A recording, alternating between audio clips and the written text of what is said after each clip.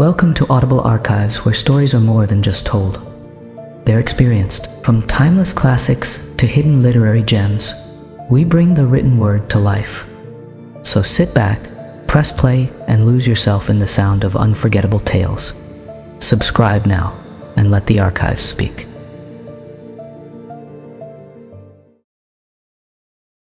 The Pequod waits in silence. The harbor fog clings to her timbers like a warning. Ahab is aboard, but unseen. Whispers pass among the crew. Something unspoken stalks the deck as Ismael and Queequeg set sail at last. The journey leaves the land behind and enters darker, deeper waters, where superstition, omens, and obsession take hold. This is part 3 of Moby-Dick, and you're listening to Audible Archives. Chapter 21. Going aboard. It was nearly 6 o'clock, but only gray imperfect misty dawn when we drew nigh the wharf. There's some sailors running ahead there, if I see right, said I to Queequeg. It can't be shadows. She's off by sunrise, I guess. Come on. Avast! Cried a voice, whose owner at the same time coming close behind us, laid a hand upon both our shoulders, and then, insinuating himself between us, stood stooping forward a little in the uncertain twilight, strangely peering from Queequeg to me. It was Elijah. Going aboard. Hands off, will you, said I. Looky here, said Queequeg, shaking himself. Go away. Ain't going aboard then? Yes, we are, said I. But what business is that of yours? Do you know, Mr. Elijah, that I consider you a little impertinent? No. I wasn't aware of that, said Elijah slowly and wonderingly, looking from me to Queequeg with the most unaccountable glances. Elijah, said I, you will oblige my friend and me by withdrawing. We are going to the Indian and Pacific Oceans, and would prefer not to be detained. Ye be ye, coming back afore breakfast. He's cracked, Queequeg, said I. Come on. Halloa, cried stationary Elijah, hailing us when we had removed a few paces. Never mind him, said I. Queequeg, come on. But he stole up to us again, and suddenly clapping his hand on my shoulder, said Dash, did ye see anything looking like men going towards that ship a while ago? Struck by this plain matter-of-fact question, I answered, saying, yes, I thought I did see 4 or 5 men, but it was too dim to be sure. Very dim, said Elijah. Morning to ye. Once more we quitted him, but once more he came softly after us, and, touching my shoulder again, said, see if you can find him now, will ye? Find who? Morning to ye, he rejoined, again moving off. Oh, I was going to warn ye against, but never mind. Never mind, it's all one. All in the family, too. Sharp frost this morning, ain't it? Goodbye to ye. Shan't see ye again very soon, I guess. Unless it's before the grand jury. And with these cracked words he finally departed, leaving me for the moment in no small wonderment at his frantic impudence. At last, stepping on board the Pequod, we found everything in profound quiet, not a soul moving. The cabin entrance was locked within. The hatches were all on and lumbered with coils of rigging. Going forward to the forecastle, we found the slide of the scuttle open. Seeing a light, we went down and found only an old rigger there, wrapped in a tattered pea-jacket. He was thrown at whole length upon 2 chests, his face downwards and enclosed in his folded arms. The profoundest slumber slept upon him. Those sailors we saw, Queequeg, where can they have gone to, said I, looking dubiously at the sleeper. But it seemed that, when on the wharf, Queequeg had not at all noticed what I now alluded to, hence I would have thought myself to have been optically deceived in that matter, were it not for Elijah's otherwise inexplicable question. But I beat the thing down, and again marking the sleeper, jocularly hinted to Queequeg that perhaps we had best sit up with the body, telling him to establish himself accordingly. He put his hand upon the sleeper's rear, as though feeling if it was soft enough, and then, without more ado, sat quietly down there. Gracious, Queequeg, don't sit there, said I. Oh, Perry dude seat, said Queequeg, my country way. Won't hurt him. Face, said I. Call that his face? Very benevolent countenance, then, but how hard he breathes. He's heaving himself. Get off, Queequeg, you are heavy. It's grinding the face of the poor. Get off, Queequeg. Look, he'll twitch you off soon. I wonder he don't wake. Queequeg removed himself to just beyond the head of the sleeper and lighted his tomahawk pipe. I sat at the feet. We kept the pipe passing over the sleeper from one to the other. Meanwhile, upon questioning him in his broken fashion, Queequeg gave me to understand that in his land, owing to the absence of settees and sofas of all sorts, the king, chiefs, and great people generally were in the custom of fattening some of the lower orders for ottomans, and to furnish a house comfortably in that respect, you had only to buy up 8 or 10 lazy fellows and lay them round in the piers and alcoves. Besides, it was very convenient on an excursion, much better than those garden chairs, which are convertible into walking sticks. Upon occasion, chief, calling his attendant and desiring him to make a settee of himself under a spreading tree, perhaps in some damp marshy place, while narrating these things, every time Queequeg received the tomahawk from me, he flourished the hatchet side of it over the sleeper's head. What's that for, Queequeg? Parry easy, Killio. Parry easy. He was going on with some wild reminiscences about his tomahawk pipe, which it seemed had in its 2 uses both brained his foes and soothed his soul. When we were directly attracted to the sleeping rigger, the strong vapor now completely filling the contracted hole, it began to tell upon him. He breathed with a sort of muffledness, then seemed troubled in the nose, then revolved over once or twice, then sat up and rubbed his eyes. Holloa, he breathed at last. Who be smokers? Shipmen, answered I. When does she sail? Aye. You're going her be? She sails today. The captain came aboard last night. What Captain Ahab? Who but him indeed? I was going to ask him some further questions concerning Ahab when we heard a noise on deck. Holloa, Starbuck's astir, said the rigger. He's a lively chief mate, that good man and a pious, but all alive now I must turn to. And so, saying he went on deck, and we followed. It was now clear sunrise. Soon the crew came on board in 2s and 3s. The riggers bestirred themselves. The mates were actively engaged, and several of the shore people were busy in bringing various lastings on board. Meanwhile, Captain Ahab remained invisibly enshrined within his cabin. The dawn broke cold, gray, and too quiet. Ishmael and Queequeg, wrapped in salt and breath and resolve, made their way through the cobbled alleys of Nantucket.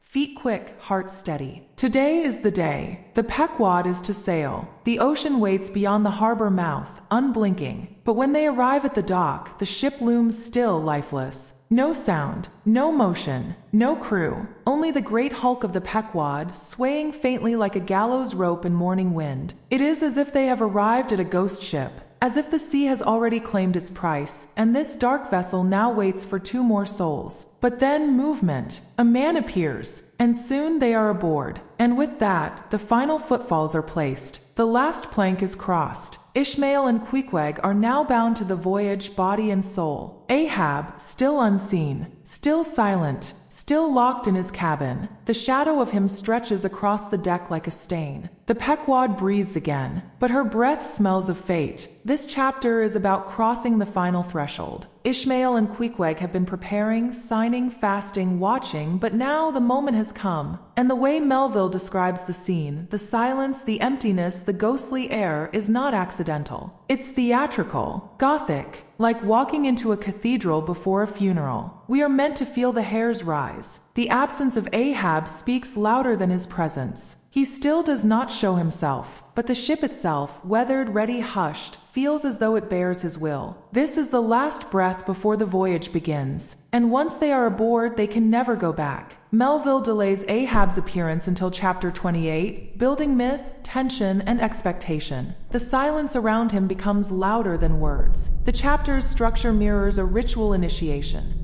The silence, the stillness, the sudden emergence into a new world. The stillness of the ship echoes a funeral barge. The crew boards it as if crossing into the underworld. This chapter is filled with uneasy stillness. The air is thick with unsaid things. The ship is ready, but somehow it feels too ready. Like a stage set, like a coffin nailed shut, waiting to be lowered. They stepped aboard a ship, not knowing it bore their names carved beneath the planks. The sails did not flap, but watched. The ropes did not creak, but listened. And deep below deck, the captain dreamed of a white whale. The voyage had begun. The world would not be the same. Chapter 22. Merry Christmas. At length, towards noon, upon the final dismissal of the ship's riggers, and after the Pequod had been hauled out from the wharf, and after the ever-thoughtful Charity had come off in a whaleboat with her last gift-day nightcap for Stubb, the second mate, her brother-in-law, and a spare Bible for the steward, after all this, the two captains, Peleg and Bildad, issued from the cabin, and turning to the chief mate, Peleg said, "Now, Mr. Starbuck, are you sure everything is right? Captain Ahab is already just spoke to him. Nothing more to be got from shore. Well, call all hands, then. Muster him aft here, blast him. No need of profane words. However great the hurry," Peleg said. Bildad, "But away with thee, friend Starbuck, and do our bidding." "How now?" "Hereupon the very point of starting for the voyage, Captain." Peleg and Captain Bildad were going it with a high hand on the quarter-deck, just as if they were to be joint commanders at sea, as well as to all appearances in port. And as for Captain Ahab, no sign of him was yet to be seen. Only, they said he was in the cabin. But then the idea was that his presence was by no means necessary in getting the ship underway and steering her well out to sea. Indeed, as that was not at all his proper business, but the pilot's, and as he was not yet completely recovered, so they said therefore, Captain Ahab stayed below, and all this seemed natural enough, especially as in the merchant service, many captains never show themselves on deck for a considerable time after heaving up the anchor, but remain over the cabin table, having a farewell merrymaking with their shore friends before they quit the ship for good with the pilot. But there was not much chance to think over the matter, for Captain Peleg was now all alive. He seemed to do most of the talking and commanding, and not Bildad. "Aft here, ye sons of bachelors," he cried, as the sailors lingered at the mainmast. "Mr. Starbuck, drive him aft. Strike the tent there," was the next order. As I hinted before, this whalebone marquee was never pitched except in port, and on board the Pequod. For 30 years, the order to strike the tent was well known to be the next thing to heaving up the anchor. "Man the capstan." "Blood and thunder." "Jump," was the next command, and the crew sprang for the handspikes. Now, in getting underway, the station generally occupied by the pilot is the forward part of the ship, and here Bildad, who, with Peleg be it known, in addition to his other officers, was one of the licensed pilots of the port, he being suspected to have got himself made a pilot in order to save the Nantucket pilot fee to all the ships he was concerned in, for he never piloted any other craft. Bildad, I say, might now be seen actively engaged in looking over the bows for the approaching anchor, and at intervals singing what seemed a dismal stave of psalmody to cheer the hands at the windlass, who roared forth some sort of a chorus about the girls in Bubble Alley, with hearty good will. Nevertheless, not 3 days previous, Bildad had told them that no profane songs would be allowed on board the Pequod, particularly in getting underway,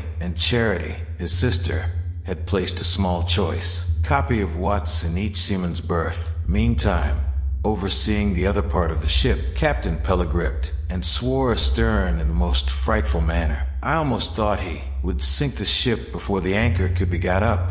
Involuntarily I paused on my handspike and told Queequeg to do the same, thinking of the perils we both ran in starting on the voyage with such a devil for a pilot. I was comforting myself, however, with the thought that in pious Bildad might be found some salvation, spite of his 777th lay, when I felt a sudden sharp poke in my rear, and turning round, was horrified at the apparition of Captain Peleg in the act of withdrawing his leg from my immediate vicinity. "That was my first kick. Is that the way they heave in the marchant service?" he roared. "Spring, thou sheephead. Spring and break thy backbone. Why don't ye? Spring, I say, all of ye spring. Quahog, spring, thou chap with the red whiskers. Spring there, Scotch cap. Spring, thou green pants. Spring, I say, all of ye, and spring your eyes out." And so saying, he moved along the windlass, here and there, using his leg very freely while Imperturbable Bildad kept leading off with his psalmody. Thinks I,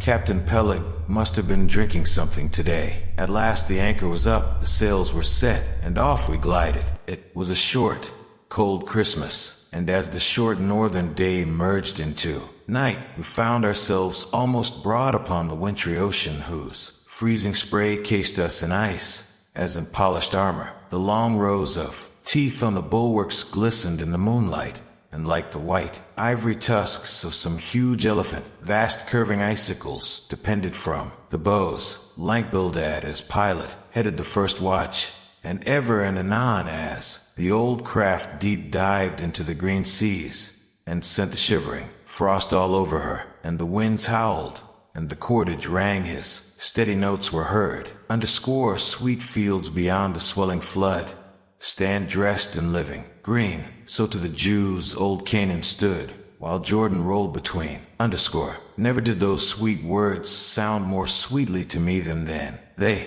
were full of hope and fruition, spite of this frigid winter night in the boisterous Atlantic, spite of my wet feet, and what a jacket there was yet, it then seemed to me, many a pleasant haven in store, and meads and glades so eternally vernal, that the grass shot up by the spring, untrodden, unwilted, remains at midsummer. At last we gained such an offing that the two pilots were needed no longer. The stout sailboat that had accompanied us began ranging alongside. It was curious and not unpleasing how Peleg and Bildad were affected at this juncture, especially Captain Bildad, for loath to depart, yet very loath to leave for good, a ship bound on so long and perilous a voyage beyond both stormy capes, a ship in which some thousands of his hard-earned dollars were invested, a ship in which an old shipmate sailed as captain, a man almost as old as he, once more starting to encounter all the terrors of the pitiless jaw, loath to say goodbye to a thing so every way brimful of every interest to him. Poor old Bildad lingered long, paced the deck with anxious strides, ran down into the cabin to speak another farewell word there, again came on deck, and looked to windward, looked towards the wide and endless waters only, bounded by the far-off unseen eastern continents, looked towards the land, looked aloft, looked right and left, looked everywhere and nowhere, and at last, mechanically coiling a rope upon its pin, convulsively grasped stout Peleg by the hand, and holding up a lantern, for a moment stood gazing heroically in his face, as much as to say, nevertheless, friend Peleg, I can stand it, yes, I can. As for Peleg himself, he took it more like a philosopher, but for all his philosophy, there was a tear twinkling in his eye when the lantern came too near, and he too did not a little run from cabin to deck now, a word below, and now a word with Starbuck, the chief mate. But at last he turned to his comrade with a final sort of look about him. Captain Bildad come.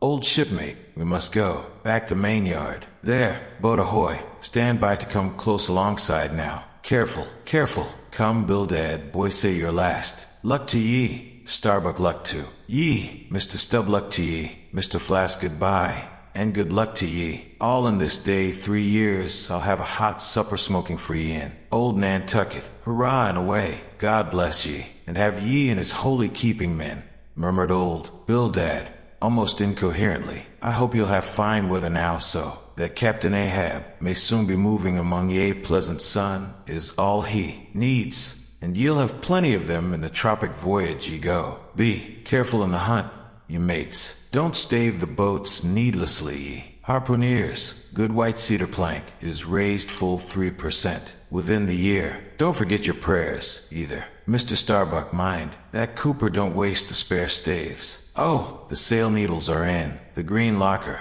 Don't wail it too much o' Lord's days, men, but don't miss a fair chance either. That's rejecting heaven's good gifts. Have an eye to the molasses tierce, Mr. Stubb. It was a little leaky, I thought, if ye touch at the islands. Mr. Flask, beware of fornication. Goodbye, goodbye. Don't keep that cheese too long down in the hold. Mr. Starbuck, it'll spoil. Be careful with the butter, 20 cents the pound it was, and mind ye if Come, come, Captain Bildad. Stop palavering away. And with that, Peleg hurried him over the side, and both dropped into the boat. Ship and boat diverged. The cold, damp night breeze blew between. A screaming gull flew overhead. The two hulls wildly rolled. We gave 3 heavy-hearted cheers and blindly plunged like fate into the lone Atlantic. Christmas morning, but there were no carols, no warm hearths, no holly, no cheer, only frost, a wind that bit like broken glass, and the black bones of the Pequod creaking in the harbor, ready to cut through the ice. Ishmael and Queequeg arrived just in time, the ship already inching away from the dock, her sails rising like wings of a beast finally unchained. They clambered aboard, breath steaming, boots slipping on frozen planks. The land fell away behind them, slowly, permanently, and so, on a day the world sings of peace, these men sailed into the mouth of obsession. For Ishmael, it is a strange irony. Christmas is meant to mark the birth of salvation, the coming of light. But here, it marks departure. A birth not of hope, but of a hunt. This chapter is short, barely a page, but it is monumental. It is the point of no return. Melville titles it Merry Christmas to underline its bleak contrast. There is no joy, only cold, no manger, only mast. And while the world on land prays to the heavens, these men turn instead to the deep. It's a bitter joke, a warning wrapped in irony. The season of peace begins a voyage of wrath. The Pequod slips into the current like a blade into flesh. Her hull groans, her sails snap, and no one, not Ishmael, not the crew, truly understands what they have just done. They have left behind the laws of land, the warmth of the known. They have entered the wild logic of the sea, a realm of monsters and madness, ruled not by God, but by Ahab, still unseen, still silent, still burning with a purpose that will swallow them all. Somewhere behind them, Nantucket's church bells may have rung. Children opened gifts, families gathered near fires. But aboard the Pequod, there was only the cold, the crack of ice under hull, and the slow, steady pull of the horizon. And so they went, on a morning named for joy. They sailed toward vengeance. On a day of nativity, they gave birth to doom. The ocean opened her arms. The hunt had begun. Chapter 23, The Lee Shore. Some chapters back, one Bulkington was spoken of, a tall Newland mariner, encountered in New Bedford at the inn, when on that shivering winter's night, the Pequod thrust her vindictive bows into the cold, malicious waves. Who should I see standing at her helm but Bulkington? I looked with sympathetic awe and fearfulness upon the man who in midwinter just landed from a 4 years dangerous voyage could so unrestingly push off again for still another tempestuous term. The land seemed scorching to his feet. Wonderfulest things are ever the unmentionable. Deep memories yield no epitaphs. This 6-inch chapter is the stoneless grave of Bulkington. Let me only say that it fared with him as with the storm-tossed ship that miserably drives along the leeward land. The port would fain give succor. The port is pitiful, and the port is safety, comfort, hearthstone, supper, warm blankets, friends, all that's kind to our mortalities. But in that gale, the port, the land, is that ship's direst jeopardy. She must fly all hospitality. One touch of land, though it but grazed the keel, would make her shudder through and through. With all her might,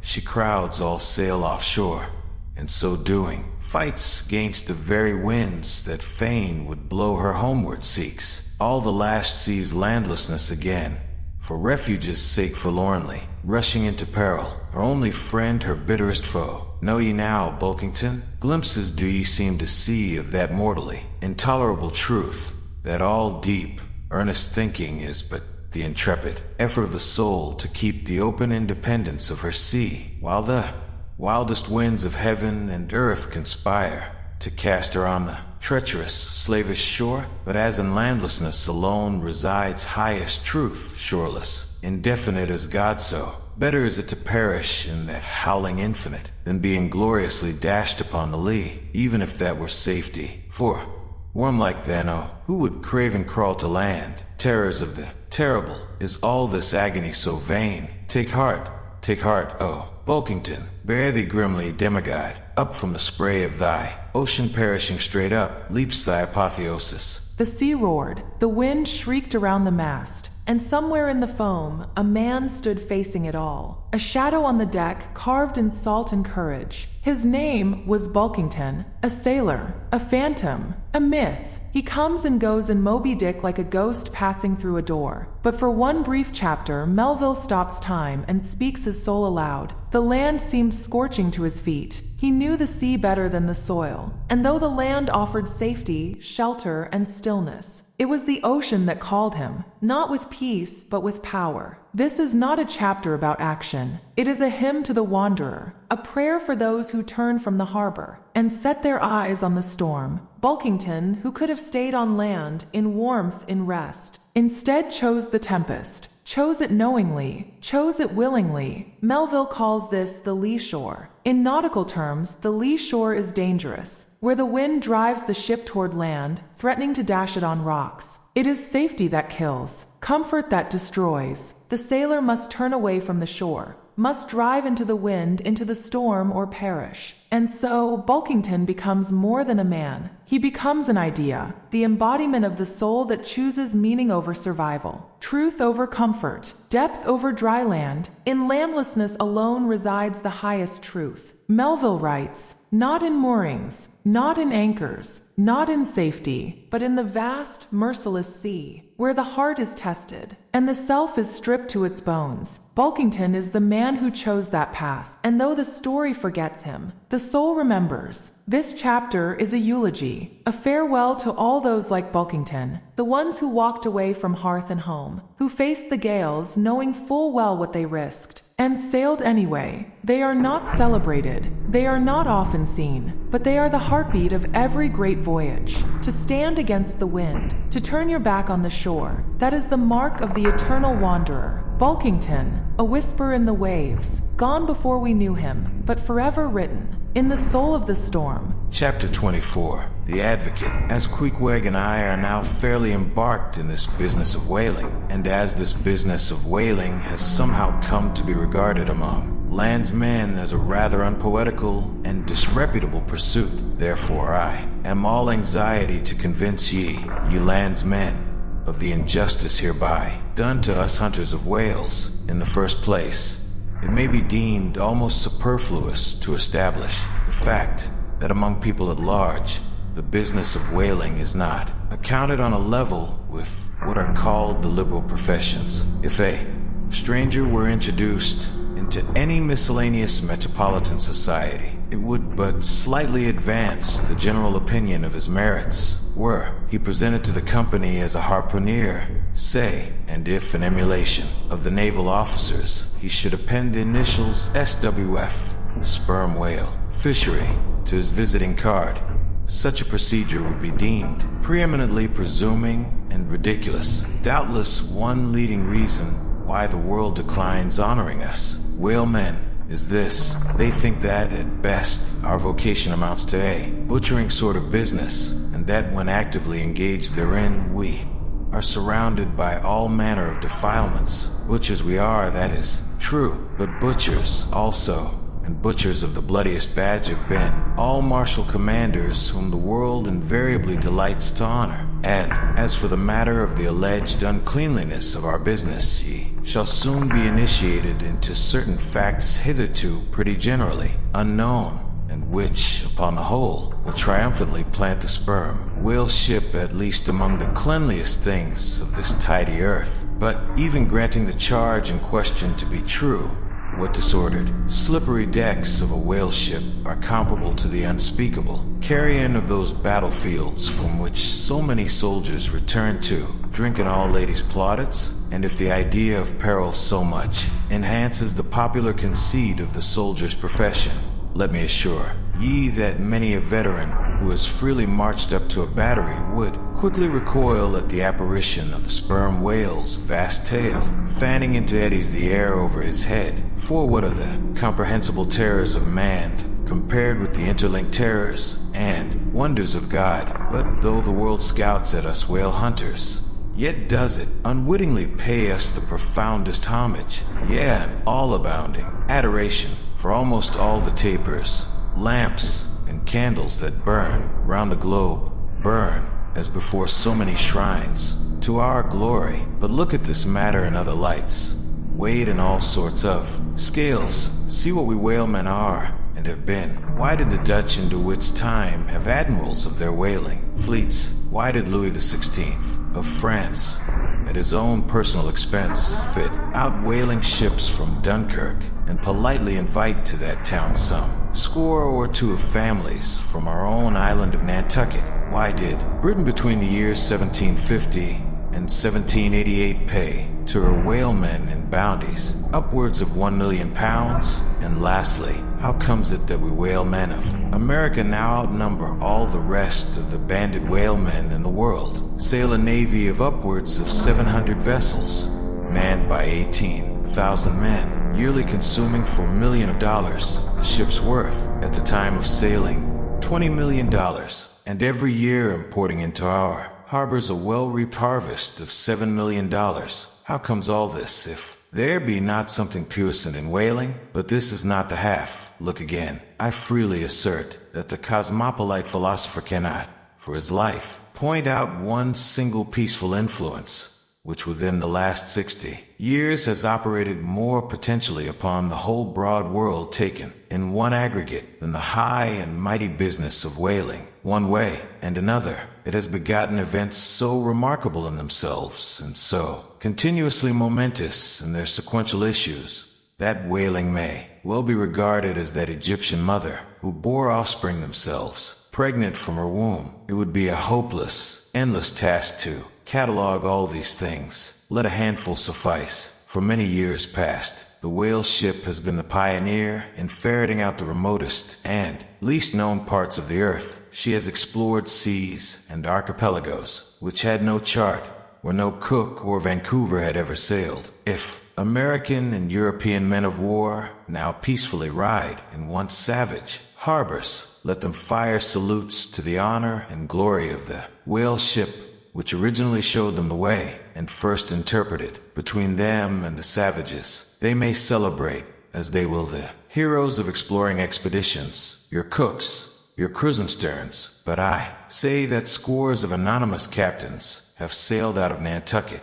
that were as great and greater than your Cook and your Krusenstern, for in their succorless empty-handedness, they, in the heathenish, shark waters, and by the beaches of unrecorded Javelin Islands, battled with virgin wonders and terrors that Cook with all his marines and muskets would not willingly have dared. All that has made such a flourish of in the old South Sea voyages, those things were but the lifetime commonplaces of our heroic Nantucketers, often adventures, which Vancouver dedicates 3 chapters to. These men accounted unworthy of being set down in the ship's common log. The world, the world, until the whale fishery rounded Cape Horn. No commerce but colonial, scarcely any intercourse but colonial, was carried on between Europe and the long line of the opulent Spanish provinces on the Pacific coast. It was the whaleman who first broke through the jealous policy of the Spanish crown touching those colonies, and if space permitted, it might be distinctly shown how from those whalemen at last eventuated the liberation of Peru, Chile, and Bolivia from the yoke of old Spain, and the establishment of the eternal democracy in those parts. That great America on the other side of the sphere, Australia, was given to the enlightened world by the whaleman after its first blunder-born discovery by a Dutchman. All other ships long shunned those shores as pestiferously barbarous, but the whale ship touched there. The whale ship is the true mother of that now mighty colony. Moreover, in the infancy of the first Australian settlement, the emigrants were several times saved from starvation by the benevolent biscuit of the whale ship, luckily dropping an anchor in their waters. The uncounted isles of all Polynesia confess the same truth and do commercial homage to the whale ship that cleared the way for the missionary and the merchant, and in many cases carried the primitive missionaries to their first destinations. If that double-bolted land, Japan, is ever to become hospitable, it is the whale ship alone to whom the credit will be due, for already she is on the threshold. But if, in the face of all this, you still declare that whaling has no aesthetically noble associations connected with it. Then am I ready to shiver 50 lances with you there,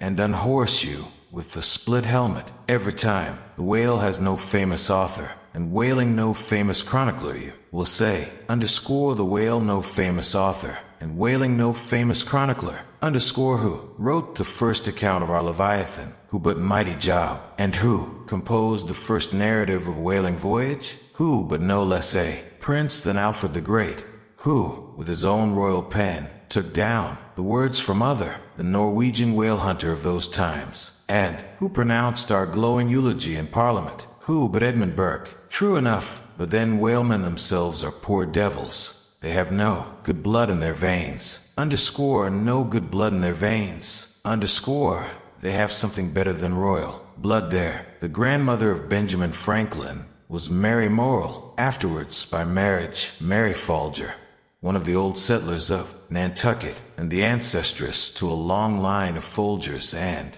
harpooneers, all kith and kin to noble Benjamin, this day darting the barbed iron from one side of the world to the other. Good again, but then all confess that somehow whaling is not respectable. Underscore whaling not respectable. Underscore whaling is imperial by Old English statutory law. The whale is declared a royal fish. Asterisk. Oh, that's only nominal. The whale himself has never figured in any grand imposing way. Underscore the whale never figured in any grand imposing way. Underscore in one of the mighty triumphs given to a Roman general upon his entering the world's capital. The bones of a whale, brought all the way from the Syrian coast, were the most conspicuous object in the symbol procession. Asterisk. Asterisk, see subsequent chapters for something more on this head. Granted, since you cite it, but say what you will, there is no real dignity in whaling. Underscore no dignity in whaling. Underscore the dignity of our calling the very heavens. Attest. Cetus is a constellation in the south. No more. Drive down your hat in presence of the Tsar, and take it off to Queequeg.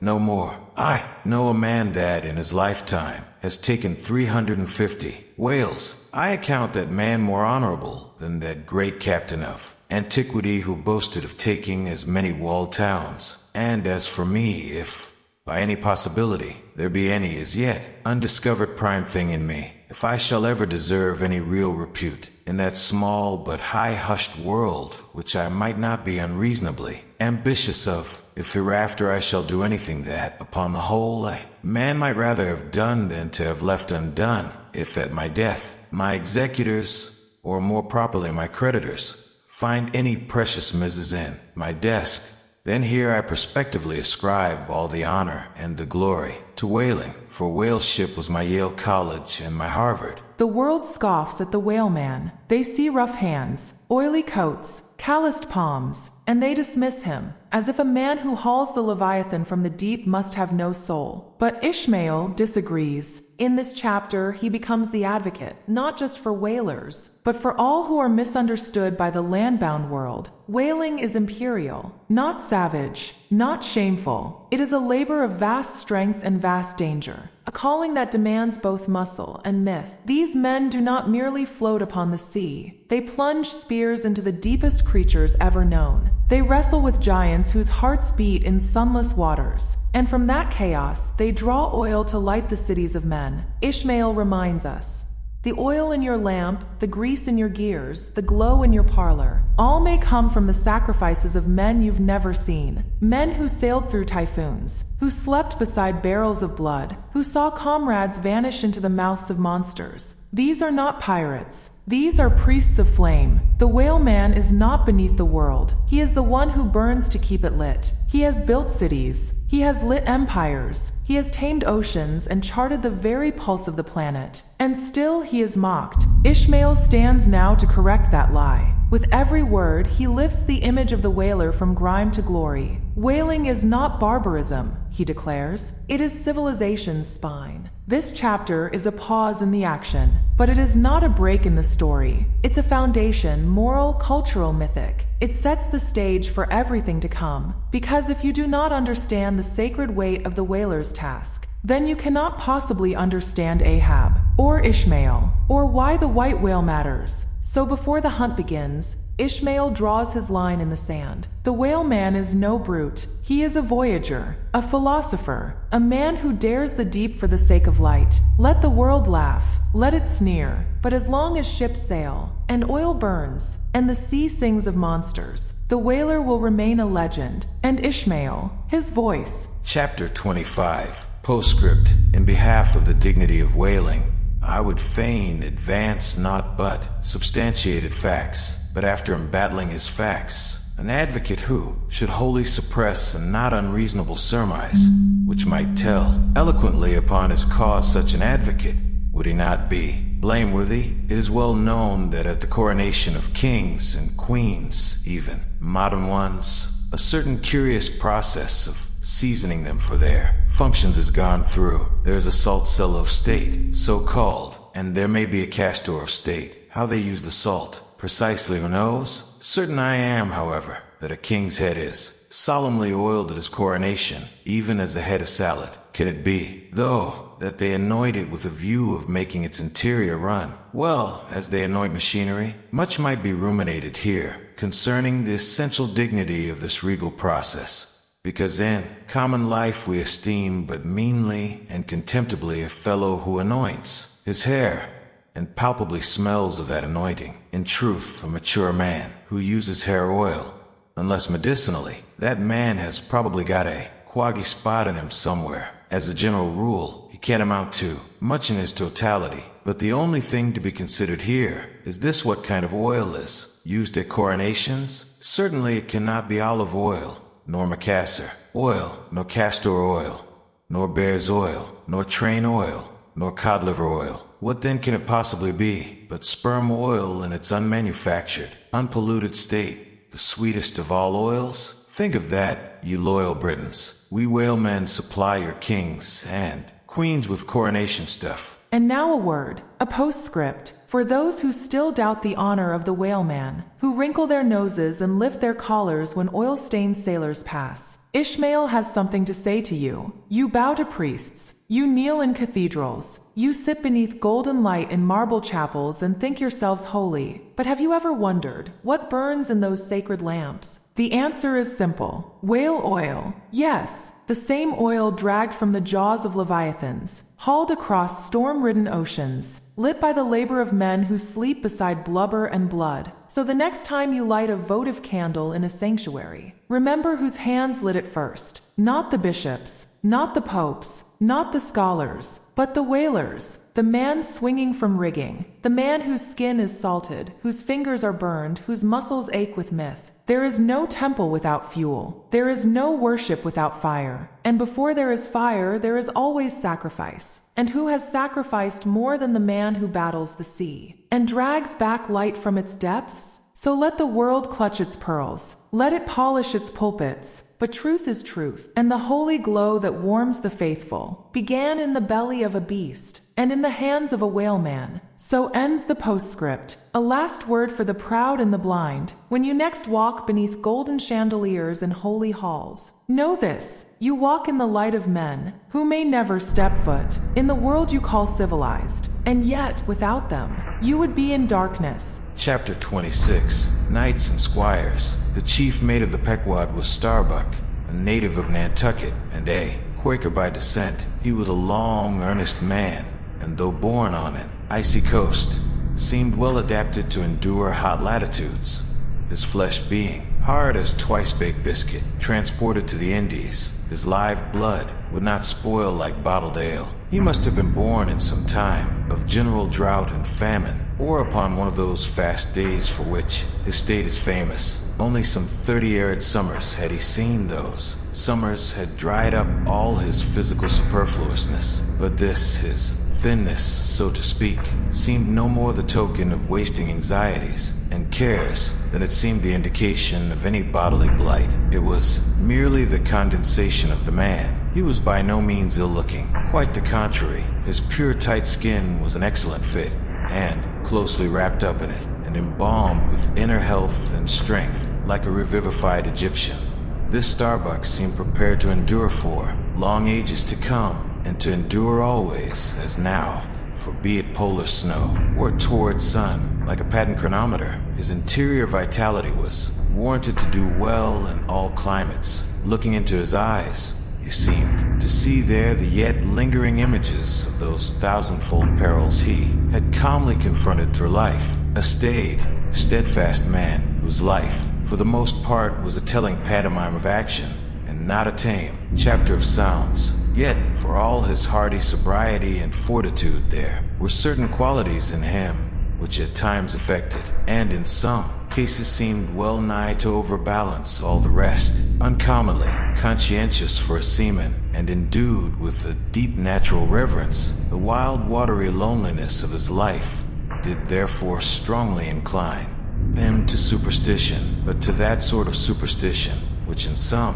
organizations seems rather to spring somehow from intelligence than from ignorance. Outward portents and inward presentiments were his, and if at times these things bent the welded iron of his soul, much more did his faraway domestic memories of his young Cape wife and child tend to bend him still more from the original ruggedness of his nature, and open him still further to those latent influences which, in some honest-hearted men, restrain the gush of daredevil daring so often evinced by others in the more perilous vicissitudes of the fishery. "I will have no man in my boat," said Starbuck, who was not afraid of a whale. By this he seemed to mean not only that the most reliable and useful courage was that which arises from a fair estimation of the encountered peril, but that an utterly fearless man is a far more dangerous comrade than a coward. Aye,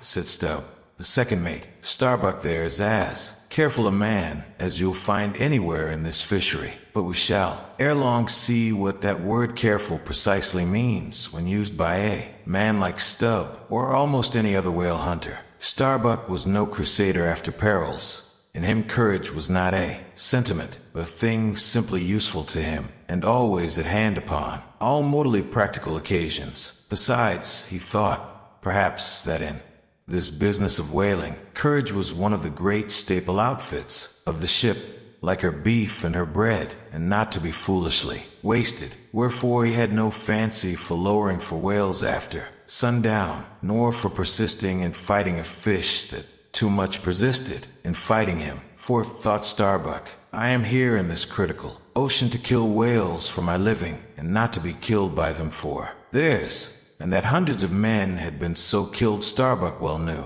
What doom was his own father's? Where in the bottomless deeps could he find the torn limbs of his brother, with memories like these in him, and moreover, given to a certain superstitiousness?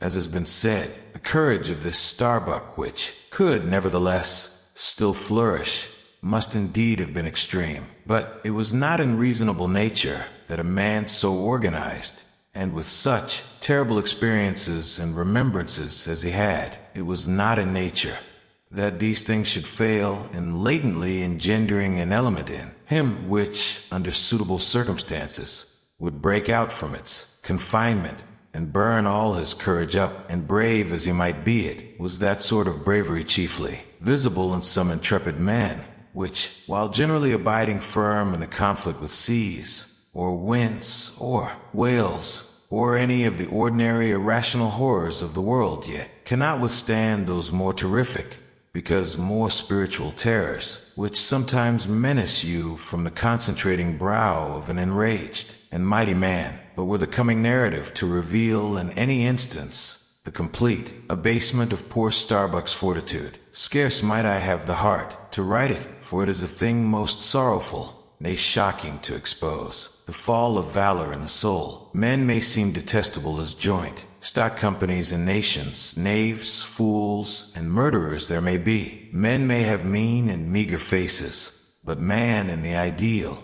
is so noble and so sparkling, such a grand and glowing creature, that over any ignominious blemish in him all his fellows should run to throw their costliest robes. That immaculate manliness we feel within ourselves, so far within us that it remains intact though all the outer character seem gone, bleeds with keenest anguish at the undraped spectacle of a valor-ruined man. Nor can piety itself at such a shameful sight, completely stifle her upbraidings against the permitting stars. But this august dignity I treat of is not the dignity of kings and robes, but that abounding dignity which has no robed investiture. Thou shalt see it shining in the arm that wields a pick or drives a spike, that democratic dignity which, on all hands, radiates without end from God himself, the great God absolute, the center and circumference of all democracy,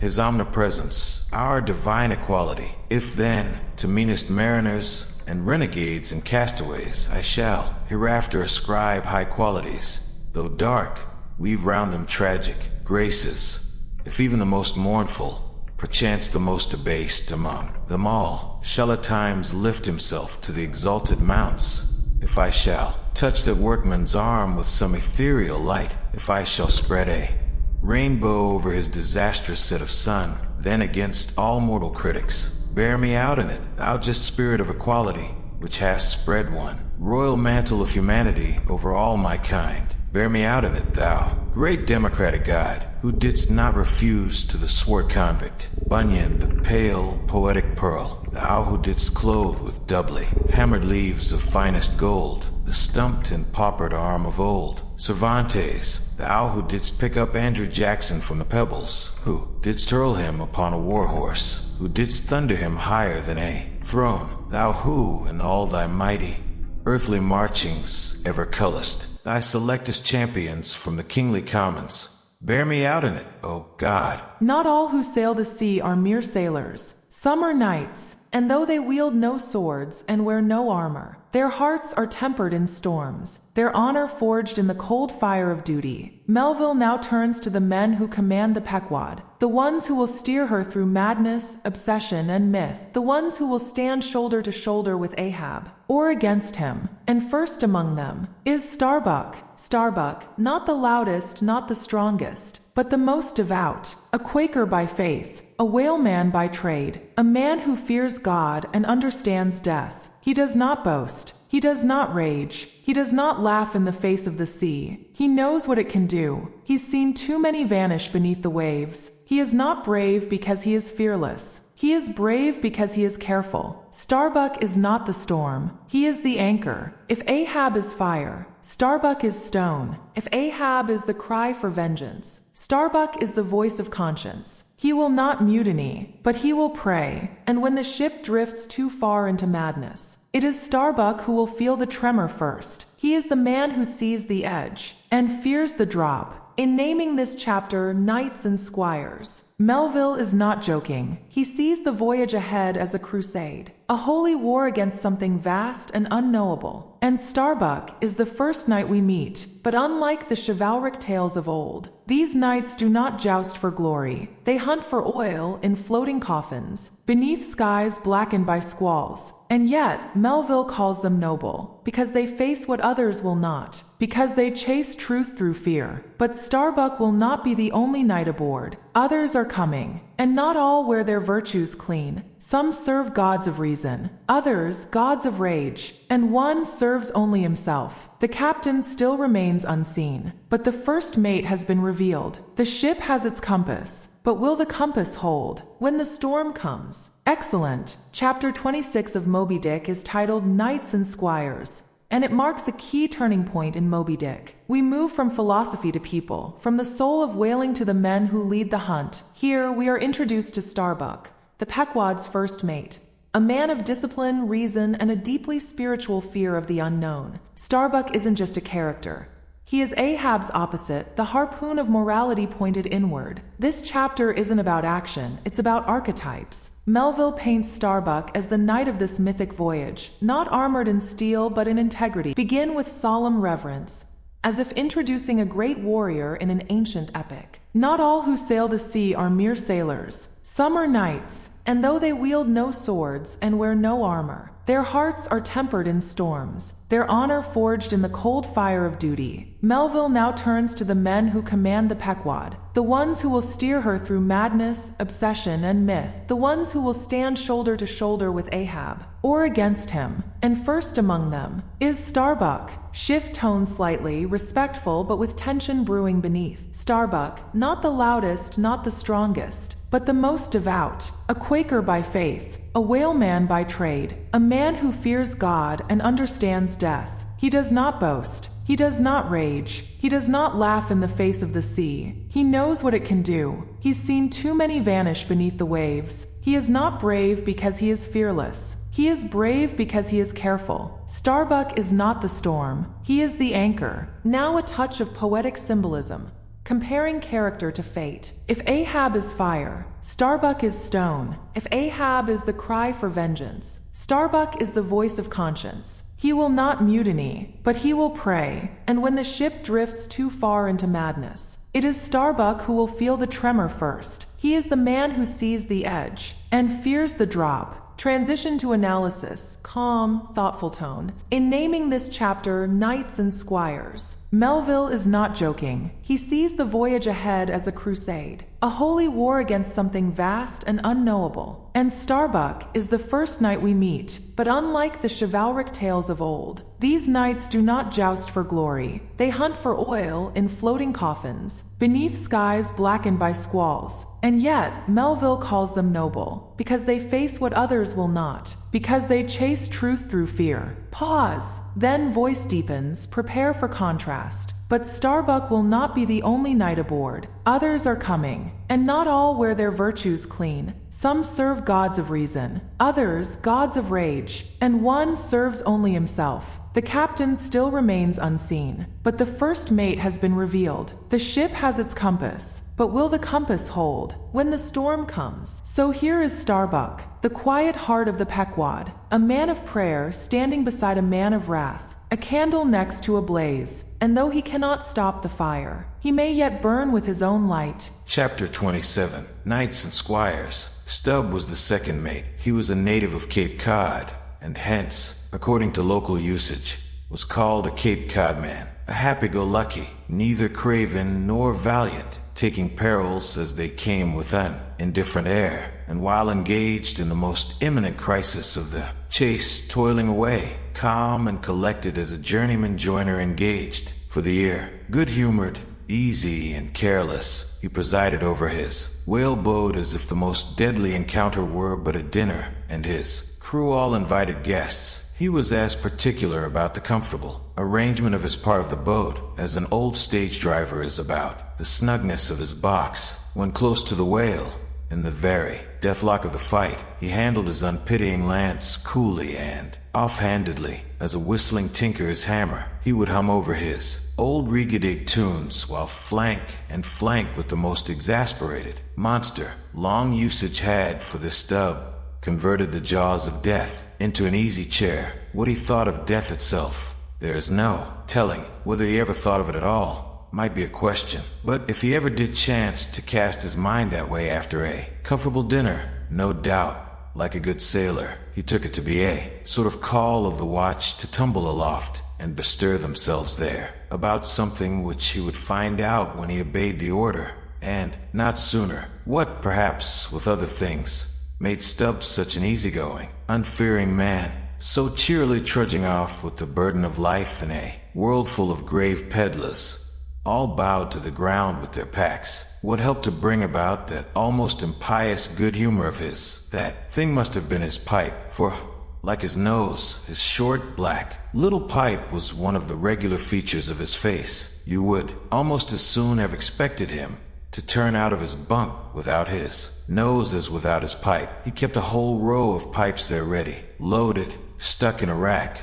within easy reach of his hand, and whenever he turned in, he smoked them all out in succession, lighting one from the other to the end of the chapter, then loading them again to be in readiness anew. For when Stubb dressed, instead of first putting his legs into his trousers, he put his pipe into his mouth. I say this continual smoking must have been one cause, at least, of his peculiar disposition, for everyone knows that this earthly air, whether ashore or afloat, is terribly infected with the nameless miseries of the numberless mortals who have died exhaling it. And as in time of the cholera, some people go about with a camphorated handkerchief to their mouths, so likewise, against all mortal tribulations, Stubb's tobacco smoke might have operated as a sort of disinfecting agent. The third mate was Flask, a native of Tisbury in Martha's Vineyard. A short, stout, ruddy young fellow, very pugnacious concerning whales, who somehow seemed to think that the great leviathans had personally and hereditarily affronted him, and therefore it was a sort of point of honor with him to destroy them whenever encountered.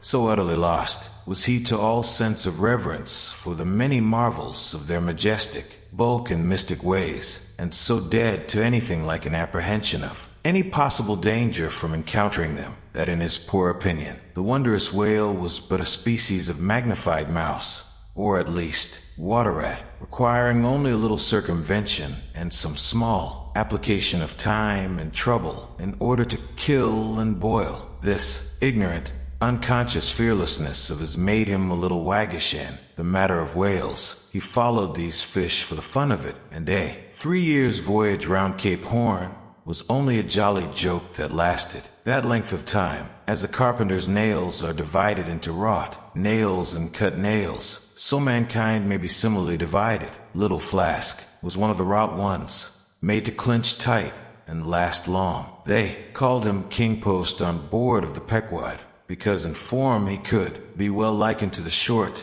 square timber known by that name in Arctic whalers, and which by the means of many radiating side timbers inserted into it serves to brace the ship against the icy concussions of those battering seas. Now these three mates Starbuck, Stubb, and Flask were momentous men. They it was who by universal prescription commanded 3 of the Pequod's boats as headsmen in that grand order of battle in which Captain Ahab would probably marshal his forces to descend on the whales. These 3 headsmen were as captains of companies, or being armed with their long keen whaling spears, they were as a picked trio of lancers, even as the harpooneers were flingers of javelins. And since in this famous fishery, each mate or headsman, like a Gothic knight of old, is always accompanied by his boat steerer or harpooneer, who in certain conjunctures provides him with a fresh lance when the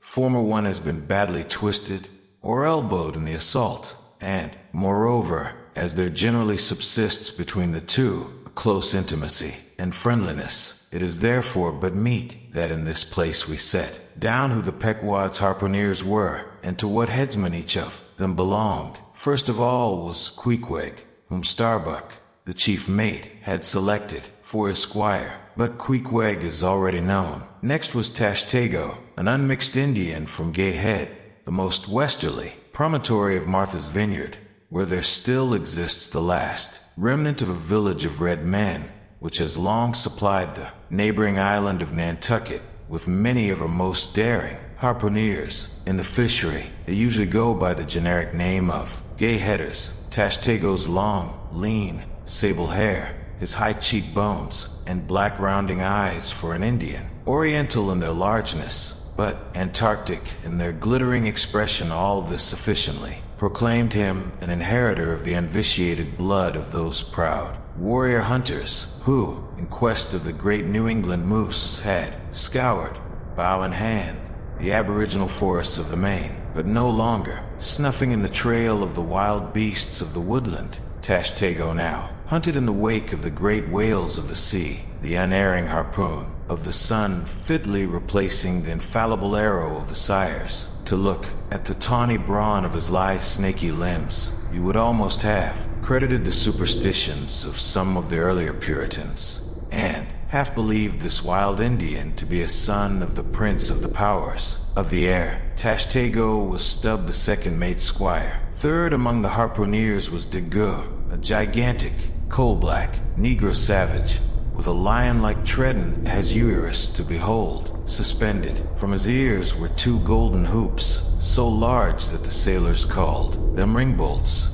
and would talk of securing the topsail halyards to them. In his youth, Degueux had voluntarily shipped on board of a whaler, lying in a lonely bay on his native coast, and never having been anywhere in the world but in Africa, Nantucket, and the pagan harbors, most frequented by whalemen, and having now led for many years the bold life of the fishery and the ships of owners uncommonly heedful of what manner of men they shipped, Dagur retained all his barbaric virtues, and erect as a giraffe, moved about the decks in all the pomp of 6 feet 5 in his socks. There was a corporeal humility in looking up at him, and a white man standing before him seemed a white flag come to beg truce of a fortress. Curious to tell, this imperial negro, Azurus Dagur, was the squire of Little Flask, who looked like a chessman beside him. As for the residue of the Pequod's company, be it said that at the present day not 1 in 2 of the many thousand men before the mast employed in the American whale fishery are Americans, born, though pretty nearly all the officers are. Herein it is the same with the American whale fishery as with the American army and military and merchant navies, and the engineering forces employed in the construction of the American canals and railroads. The same, I say, because in all these cases the Native American liberally provides the brains, the rest of the world is generously supplying the muscles. No small number of these whaling seamen belong to the Azores, where the outward-bound Nantucket whalers frequently touch to augment their crews from the hardy peasants of those rocky shores. In like manner, the Greenland whalers sailing out of Hull or London put in at the Shetland Islands to receive the full complement of their crew. Upon the passage homewards, they drop them there again. How it is, there is no telling. But islanders seem to make the best whalemen. They were nearly all islanders in the Pequod.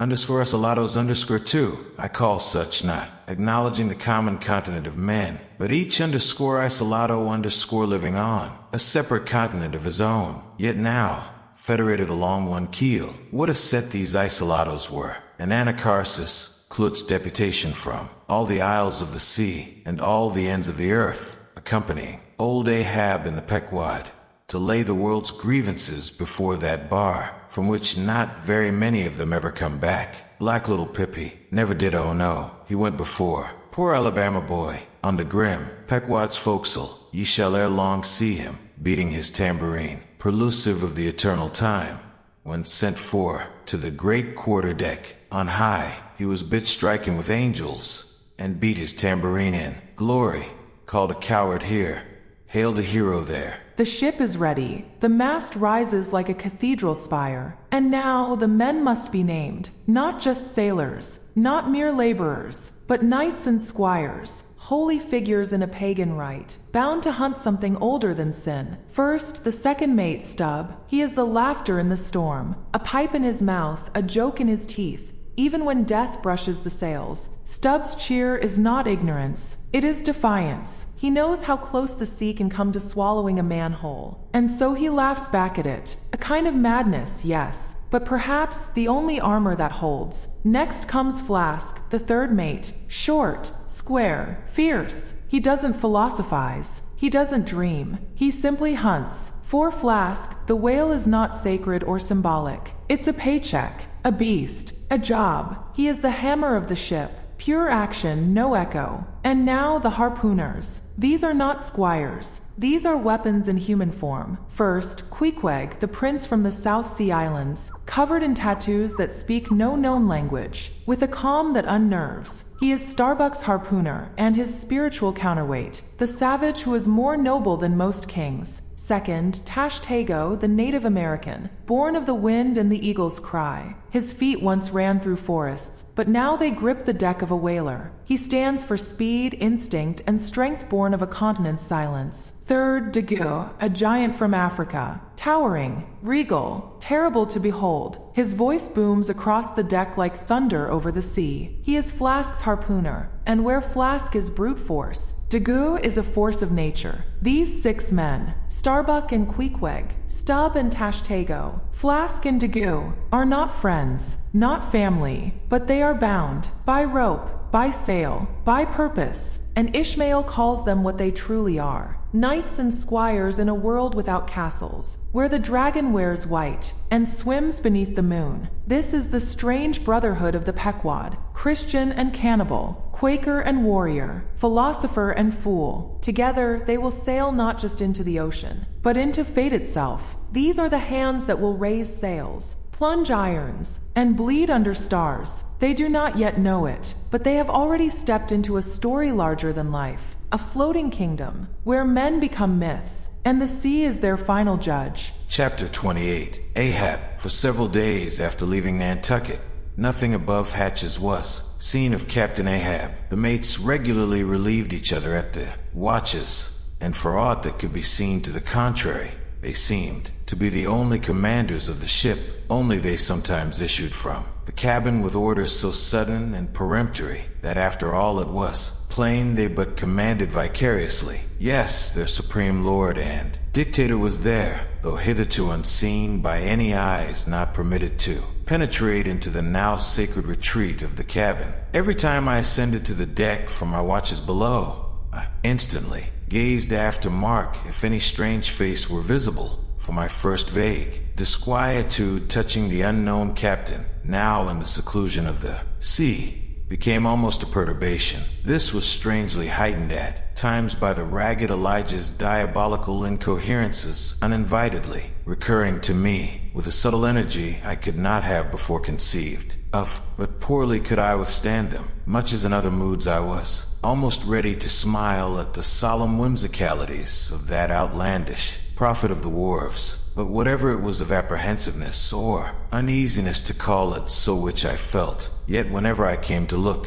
about me in the ship, it seemed against all warrantry to cherish such emotions, for though the harpooneers, with the great body of the crew, were far more barbaric, heathenish, and motley set than any of the tame merchant ship companies which my previous experiences had made me acquainted with, still I ascribed this, and rightly ascribed it, to the fierce uniqueness of the very nature of that wild Scandinavian vocation in which I had so abandonedly embarked. But it was especially the aspect of the three chief officers of the ship, the mates, which was most forcibly calculated to allay these colorless misgivings and induce confidence and cheerfulness in every presentment of the voyage. Three better, more likely sea officers and men, each in his own different way, could not readily be found, and they were every one of them Americans, a Nantucketer, a vineyarder, Cape man. Now it being Christmas, when the ship shot from outer harbor,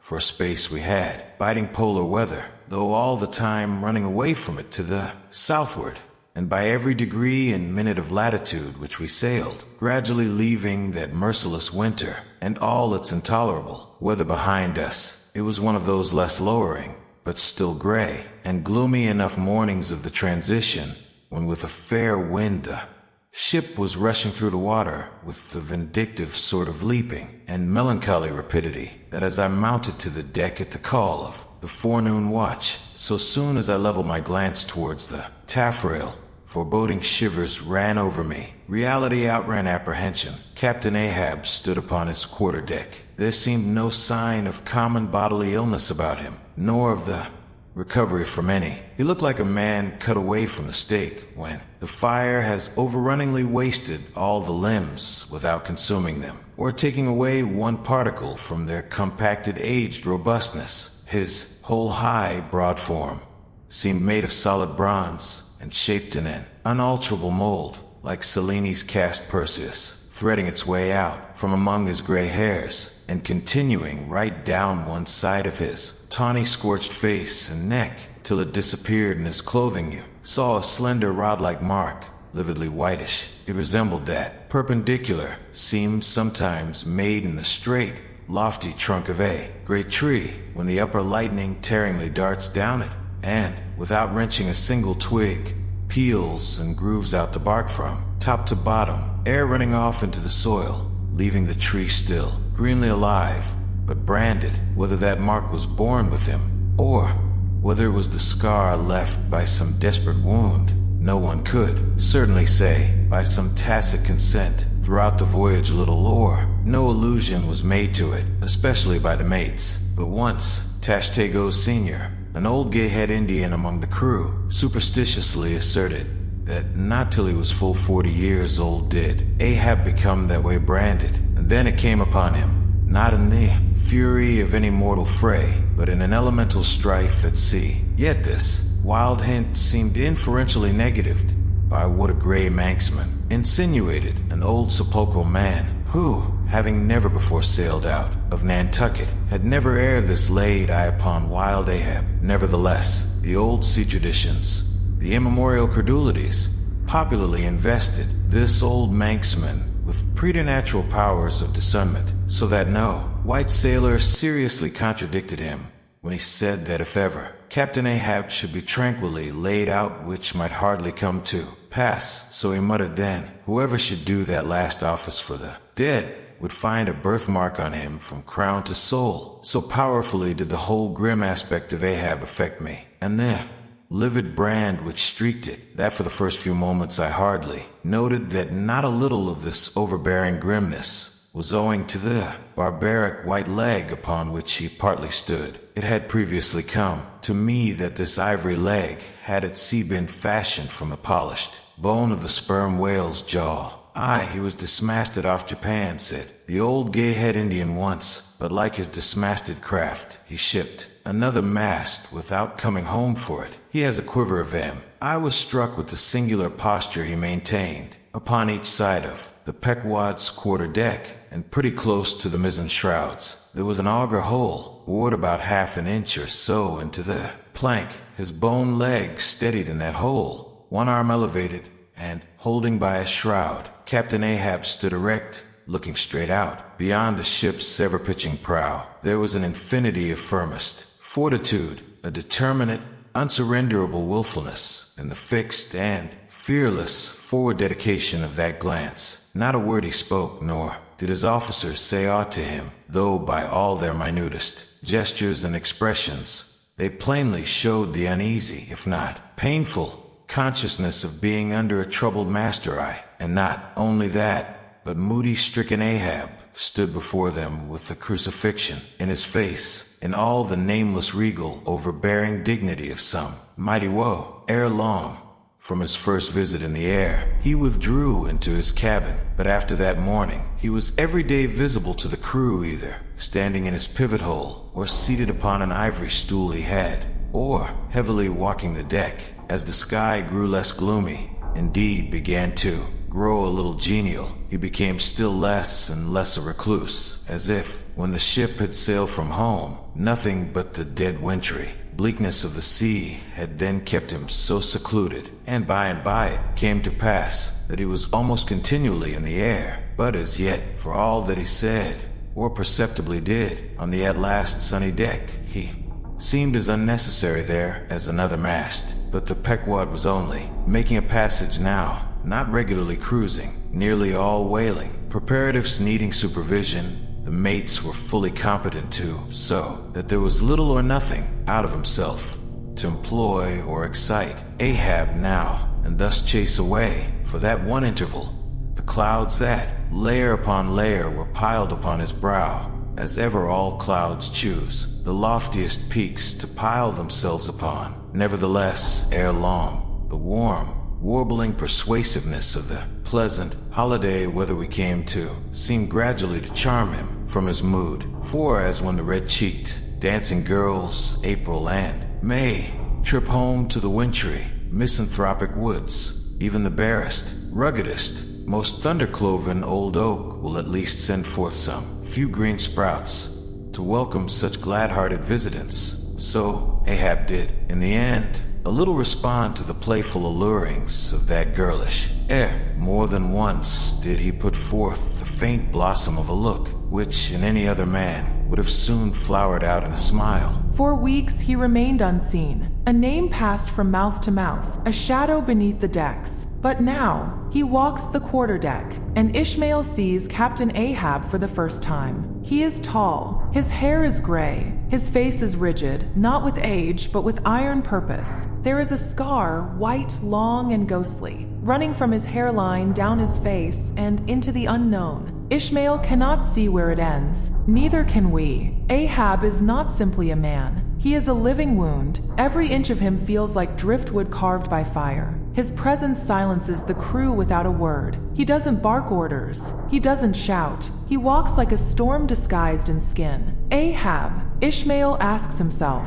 is this the man who commands our fate? The man whose name rides on every mast, whose silence stings like windburn? There is no madness in his eye, not yet, but there is something colder than madness, something that sleeps in the bones, and only wakes when the wind turns wrong. Ahab is part man, part omen. Ahab is Prometheus chained to the helm, who once defied the gods, and now seeks vengeance on a beast from the abyss. He does not laugh. He does not smile. He bears the sea like a crown, and vengeance like a flame. This moment is the curtain lifting. For 27 chapters, Ahab was a rumor, a ghost captain, a hushed legend. But now, Melville begins the slow, magnificent reveal that Ahab is not just on a voyage. He is becoming one, a journey made flesh, a man whose soul has been fused to the shape of a single, terrible purpose. Ishmael sees him walk the deck alone, and something ancient shifts in the ship's timbers. For when Ahab appears, the Pequod itself begins to change. The air grows tense. The sails tighten. The wind no longer feels free. It feels hunted. He does not yet speak. He does not yet name the white whale. But make no mistake, the war has already begun, and the one who wages it has just stepped into the light. Chapter 29.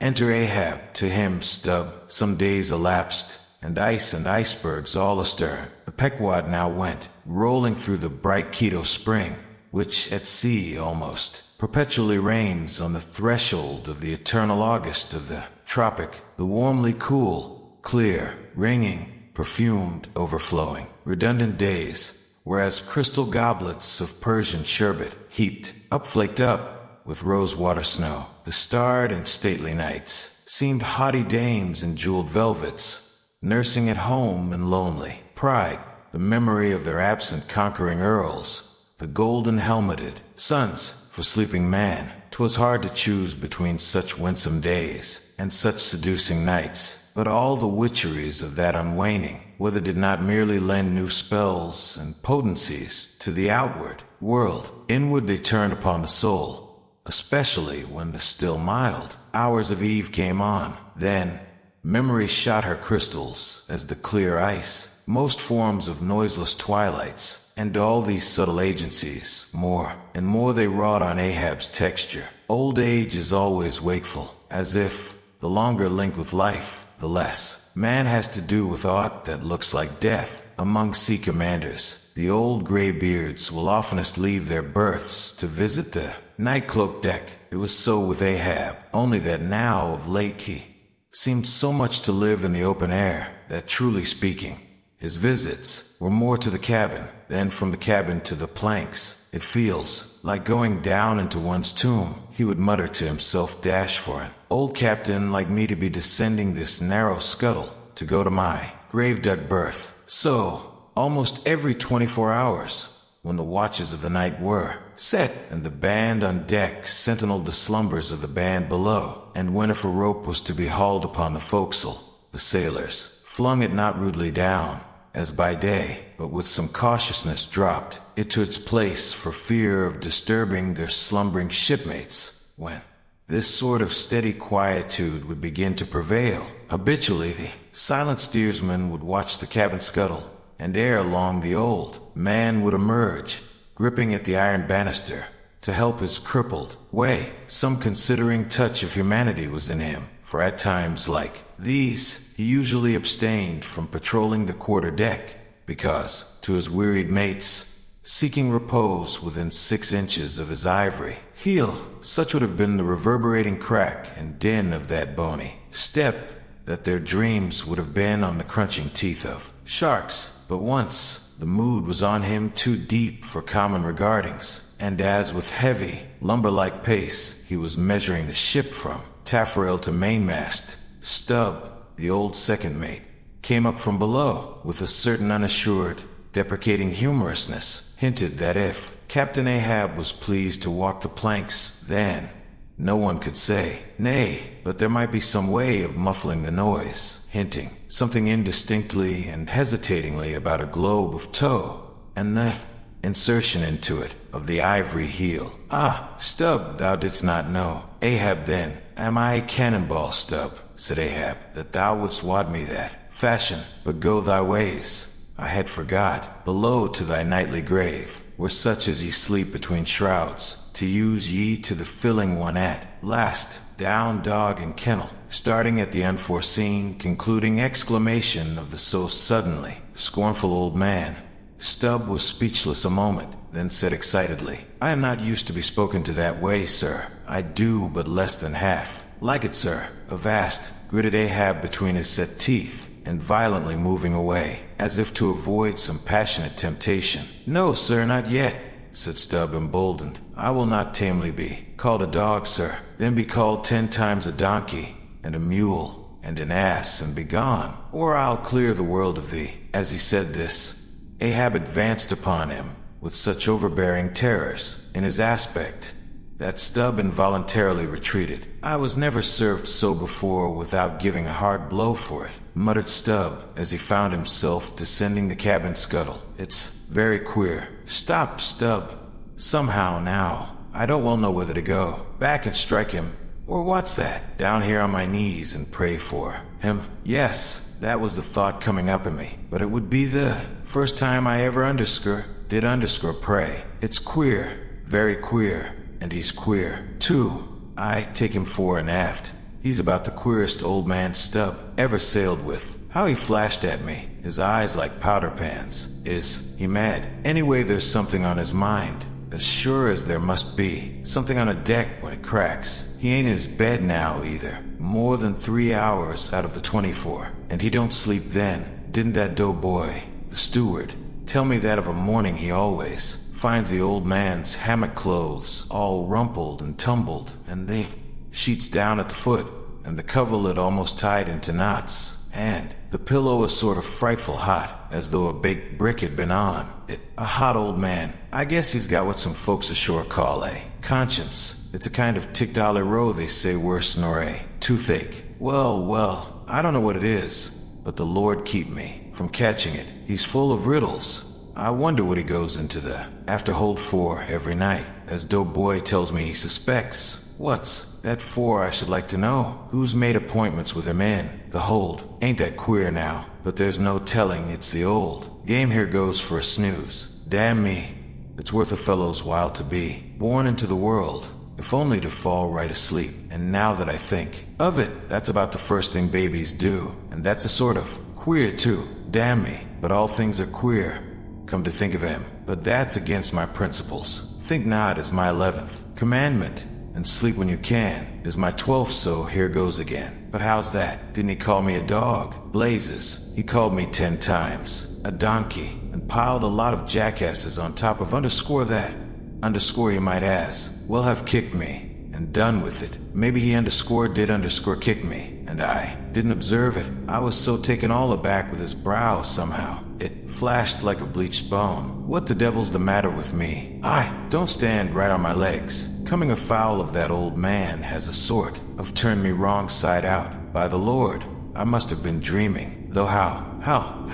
But the only way's to stash it. So here goes to hammock again, and in the morning I'll see how this plaguey juggling thinks over by daylight. Night. The Pequod sails silent under the moon. A ship in motion, but a crew that holds its breath. Captain Ahab walks the deck, alone. Every step is like thunder beneath the boards. He is no longer just a shadow. Now he moves. Now he speaks. Second mate Stubb follows orders. He makes noise on the deck, maybe a little too much. He laughs. He sings. He's always been that way, a man who chuckles in the face of storms. But Ahab does not laugh. Ahab does not sing. And now he turns. Be still. Ye be too noisy tonight. Get down and silence your pipe. My orders, sir. No shouting, no swearing, just pure hard command. And in that voice, Stubb hears something ancient, not just authority, but doom. This is Ahab's first true speech, and it's not dramatic. It's not long. It's controlled fire, and that's what makes it so terrifying. He commands respect without raising his voice. He crushes defiance without lifting a finger. His words are like iron bolts driven into the wood of the ship. And for the first time, Stubb is afraid. Stubb lies awake in his bunk afterward. He questions himself. Why didn't I answer back? Why didn't I stand up for my dignity? But the truth lingers like the sound of Ahab's boots above him. He didn't stand up because something about Ahab is not quite human. He senses it. The crew feels it. Ahab carries something in him. Something unholy. Something enormous. There is a moment when a captain ceases to be a man and becomes a force. Tonight, that moment has come. Ahab no longer needs to shout to lead. He doesn't need to punish or persuade. His presence alone bends the wind. Even laughter, even Stubb's harmless chuckle, is now seen as rebellion. From now on, this is Ahab's ship. The Pequod no longer sails beneath the stars, but beneath the shadow of a single man's will. And as for Stubb, the man who could laugh at lightning, now he lies in silence, because the storm is no longer out there. It's walking the deck. Chapter 30. The Pipe. When Stubb had departed, Ahab stood for a while leaning over the bulwarks, and then, as had been usual with him of late, calling a sailor of the watch, he sent him below for his ivory stool, and also his pipe, lighting the pipe at the binnacle lamp, and planting the stool on the weather side of the deck. He sat and smoked. In old Norse times, the thrones of the sea-loving Danish kings were fabricated, saith tradition, of the tusks of the narwhal. How could one look at Ahab then, seated on that tripod of bones, without bethinking him of the royalty it symbolized? For a Khan of the plank, and a king of the sea, and a great lord of Leviathans was Ahab. Some moments passed, during which the thick vapor came from his mouth in quick and constant puffs, which blew back again into his face. How now, he soliloquized at last, withdrawing the tube. This smoking no longer soothes. Oh, my pipe, hard must it go with me if thy charm be gone. Here have I been unconsciously toiling, not pleasuring I, and ignorantly smoking to windward all the while, to windward, and with such nervous whiffs as if, like the dying whale, my final jets were the strongest and fullest of trouble. What business have I with this pipe, this thing that is meant for sereneness, to send up mild white vapors among mild white hairs, not among torn iron gray locks like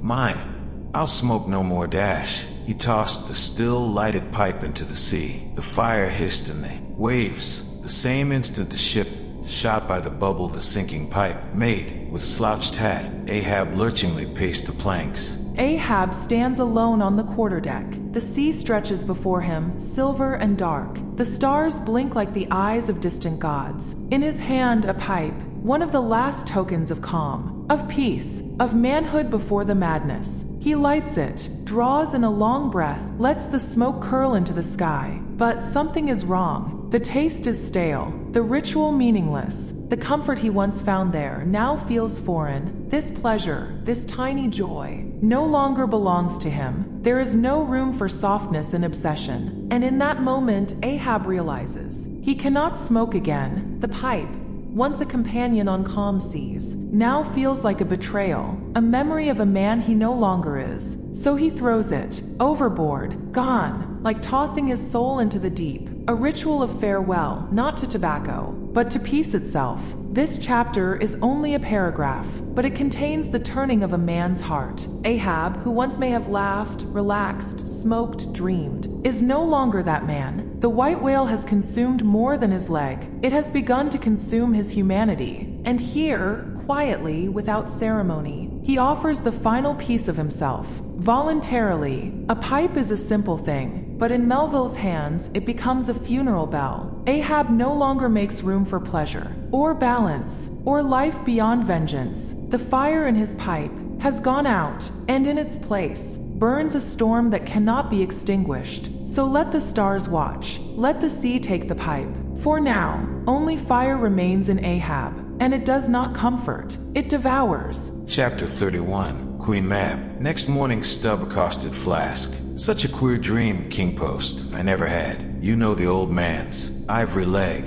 Well, I dreamed he kicked me with it, and when I tried to kick back, upon my soul, my little man, I kicked my leg right off, and then, presto, Ahab seemed a pyramid, and I, like a blazing fool, kept kicking at it. But what was still more curious, Flask, you know how curious all dreams are through all this rage that I was in, I somehow seemed to be thinking to myself that after all, it was not much of an insult, that kick from Ahab. Why, thinks I, what's the row? It's not a real leg, only a false leg. And there's a mighty difference between a living thump and a dead thump. That's what makes a blow from the hand, Flask 50 times more savage to bear than a blow from a cane. The living member that makes the living insult, my little man. And thinks I to myself all the while, mind, while I was stubbing my silly toes against that cursed pyramid, so confoundedly contradictory was it. All the while, I say, I was thinking to myself, what's his leg?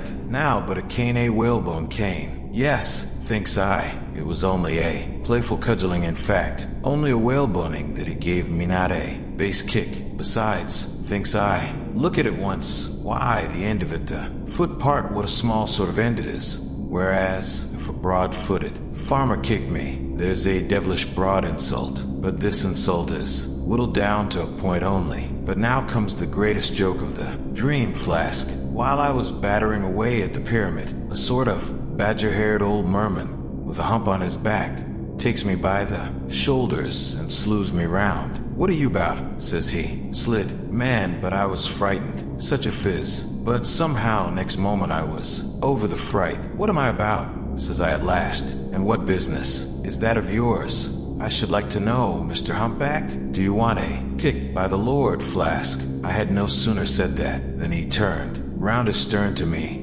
bent over, and dragging up a lot of seaweed he had for clout. What do you think I saw? Why, thunder alive, man, his stern was stuck full of marlin spikes, with the points out. Says I, on second thoughts, I guess I won't kick you, old fellow. Why, Stubb, said he. Why, Stubb, and kept muttering it all the time, a sort of eating of his own gums, like a chimney hag, seeing he wasn't going to stop saying over his why, Stubb. Why, Stubb, I thought I might ask, well, fall to kicking the pyramid again, but I had only just lifted my foot for it. We roared out, stop that kicking. Hello, says I, what's the matter now, old fellow? Looky here, says he, let's argue the insult. Captain Ahab kicked ye, didn't he? Yes, he did, says I, right here it was. Very good, says he, used his ivory leg, didn't he? Yes, he did, says I. Well then, says he, wise. Stubb, what have you to complain of? Didn't he kick with right good? Well, it wasn't a common pitch pine leg he kicked with, was it? No, you were kicked by a great man, and with a beautiful ivory leg, Stubb. It's an honor.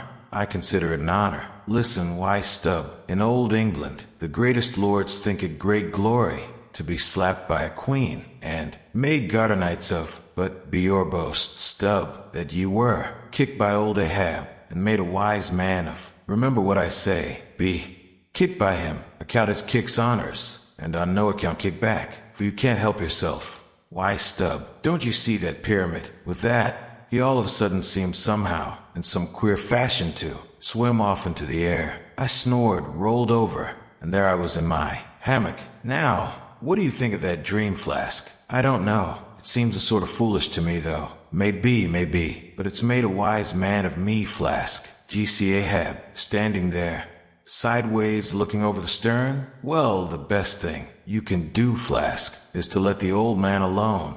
Never speak to him, whatever he says. Hello, what's that he shouts? Hark, Mast-Head there. Look sharp, all of ye. There are whales hereabouts. If ye see a white one, split your lungs for him. What do you think of that now, Flask? Ain't there a small drop of something queer about that, eh? A white whale, did you mark that, man? Look ye, there's something special in the wind. Stand by for it, Flask. Ahab has that's bloody on his mind. But, Mum, he comes this way. Stubb had a dream. After Ahab scolded him, crushed him with silence and command, Stubb went below deck, lit his pipe, and drifted into uneasy sleep. And there, Queen Mab came, not the lovely fairy of moonlight and flowers, but something more unsettling. In the dream, a mysterious stranger appears, a pale figure, sharp as a dagger and thin as fog. He tells Stubb that Ahab did no wrong, that a captain's word is law, not to be questioned or doubted. He has a crown on his head, the stranger says. He is sovereign. Then, without warning, the stranger kicks Stubb in the back, and when Stubb dares to turn around and protest, the stranger kicks him again. Stubb wakes up laughing. Strange dream, he says, but he gets the message. Don't cross Ahab. And he doesn't. Instead, he makes jokes. He calls dreams nonsense. He brushes fear off like salt from his coat. But the dream lingers. Queen Mab may be a fairy, but in Moby-Dick she's something darker. She brings not whimsy but warnings. Dreams are no longer innocent here. They carry omens, ghosts, prophecies. And Stubb, the jester of the ship,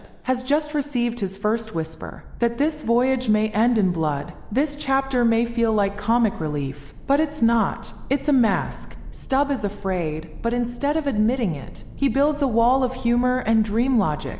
It's how he survives. But beneath that smile, the ship is changing. Ahab is changing. And Stubb knows it. The sea does not care for dreams, but men still carry them. And when Queen Mab walks the decks, she does not come to amuse. She comes to warn. Chapter 32. Cetology. Already we are boldly launched upon the deep, but soon we shall be lost in its unshored, harborless immensities. Ere they come to pass, ere the Pequod's weedy hull rolls side by side with the barnacled hulls of the Leviathan.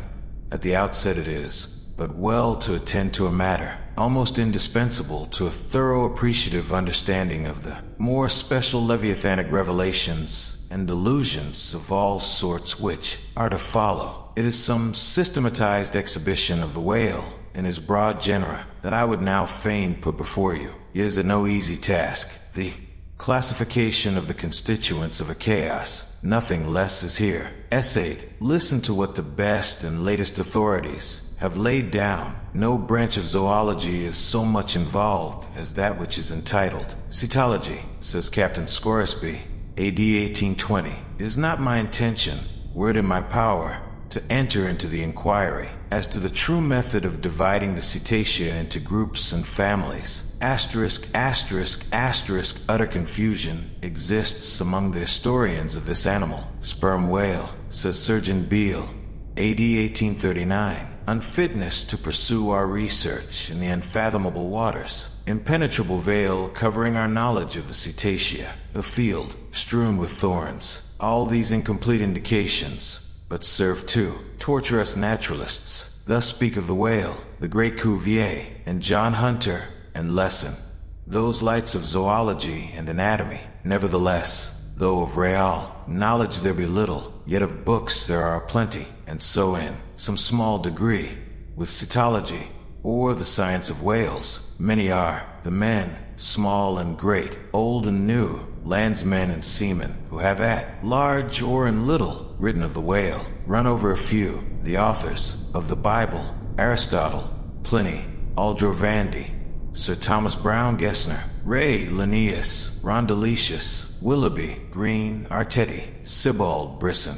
Martin Lassapede, Bonterre, Damarest, Baron Cuvier, Frederick Cuvier, John Hunter, Owen, Scoresby, Beale, Bennett, J. Ross Brown, the author of Miriam Coffin, Olmsted, and the Reverend T. Cheever. But to what ultimate generalizing purpose all these have written, the above cited extracts will show. Of the names in this list of whale authors, only those following Owen ever saw living whales, and but one of them was a real professional harpooner and whaleman. I mean Captain Scoresby. On the separate subject of the Greenland or right whale, he is the best existing authority, but Scoresby knew nothing and says nothing of the great sperm whale, compared with which the Greenland whale is almost unworthy mentioning. And here be it said that the Greenland whale is an usurper upon the throne of the seas. He is not even by any means the largest of the whales, yet, owing to the long priority of his claims, and the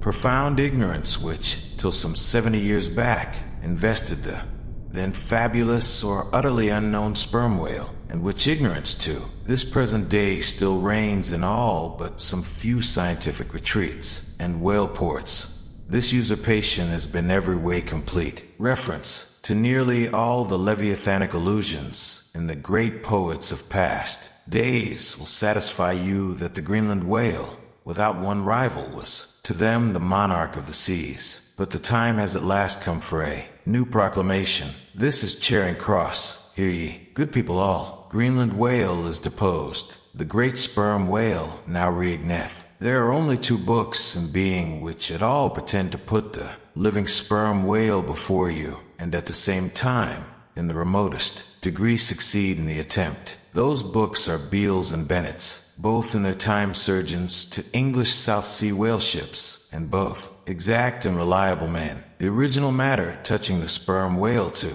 be found in their volumes is necessarily small, but so far as it goes, it is of excellent quality, though mostly confined to scientific description. As yet, however, sperm whale, scientific or poetic, lives not complete in any literature. Far above all other hunted whales, his is an unwritten life. Now the various species of whales need some sort of popular, comprehensive classification, if only an easy outline one for the present, hereafter be filled in all its departments by subsequent laborers, as no better man advances to take this matter in hand. I hereupon offer my own poor endeavors. I promise nothing complete, because any human thing supposed to be complete must for that very reason infallibly be faulty. I shall not pretend to a minute anatomical description of the various species, or I in this place at least to much of any description. My object here is simply to project the draft of a systematization of cetology.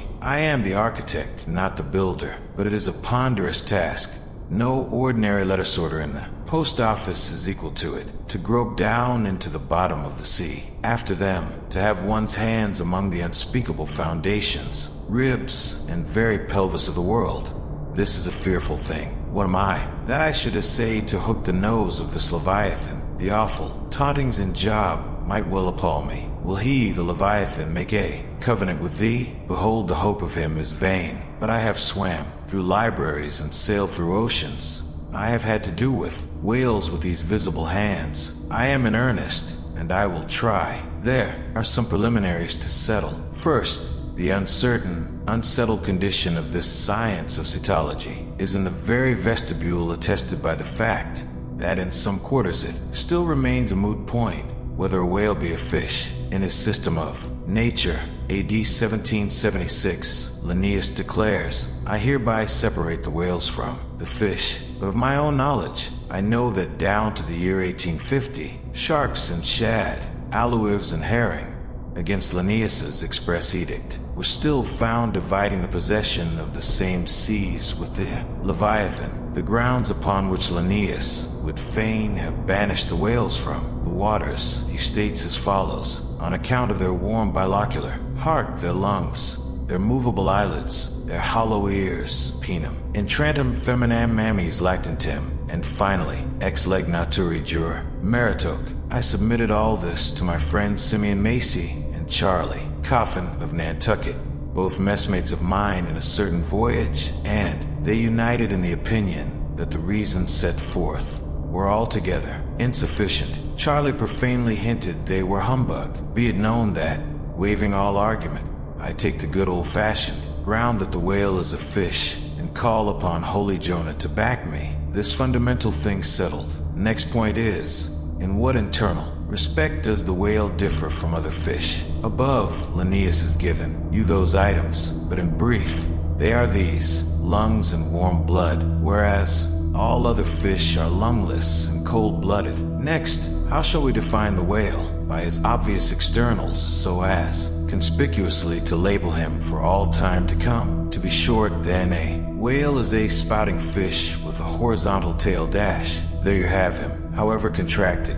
That definition is the result of expanded meditation. A walrus spouts much like a whale, but the walrus is not a fish because he's amphibious. But the last term of the definition is still more cogent, as coupled with the first. Almost any one must have. Notice that all the fish familiar to landsmen have not a flat, but a vertical or up and down tail, whereas among spouting fish the tail, though it may be similarly shaped, invariably assumes a horizontal position. By the above definition of what a whale is, I do by no means exclude from the Leviathanic Brotherhood any sea creature hitherto identified with the whale by the best informed Nantucketers, nor, on the other hand, link with it any fish hitherto authoritatively regarded as alien.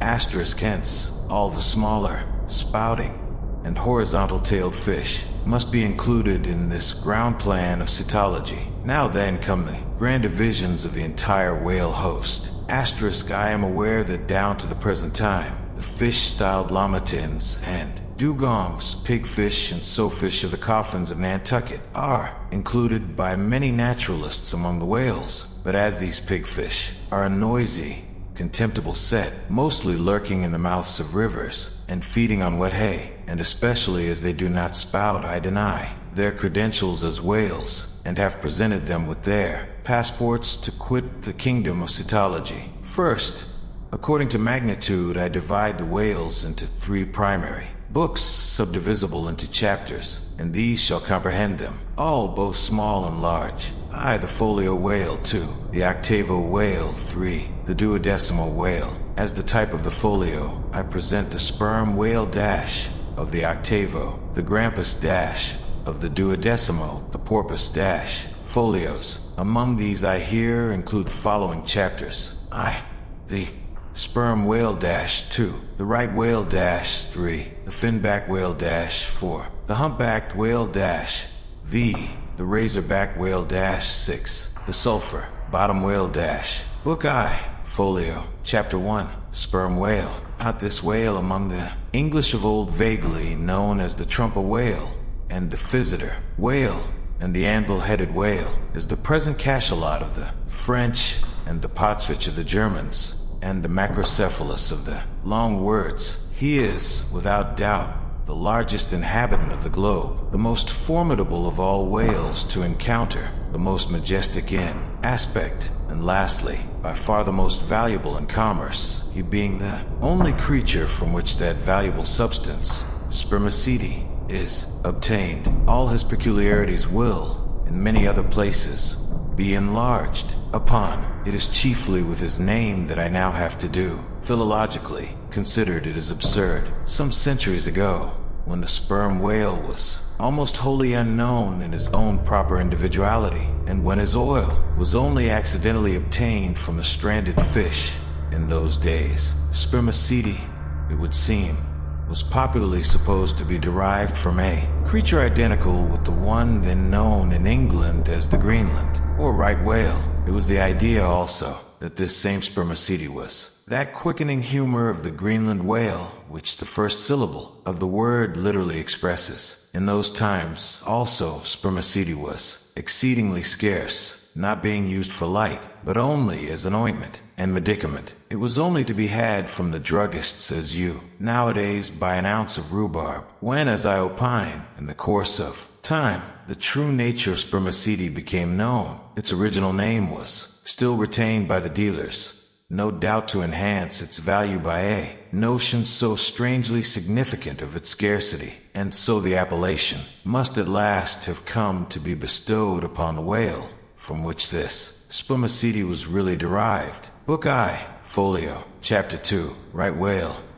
In one respect this is the most venerable of the leviathans, being the one first regularly hunted by man. It yields the article commonly known as whalebone or baleen, and the oil specially known as whale oil, an inferior article. In commerce, among the fishermen, he is indiscriminately designated by all the following titles: the whale, the Greenland whale, the black whale, the great whale, the true whale, the right whale. There is a deal of obscurity concerning the identity of the species thus multitudinously baptized. What then is the whale which I include in the second species of my folios? It is the great mysticetus of the English naturalists, the Greenland whale of the English whalemen, the baleen ordinaire of the French whalemen, the Groenland's wallfish of the Swedes. It is the whale which for more than 2 centuries past has been hunted by the Dutch and English in the Arctic seas. It is the whale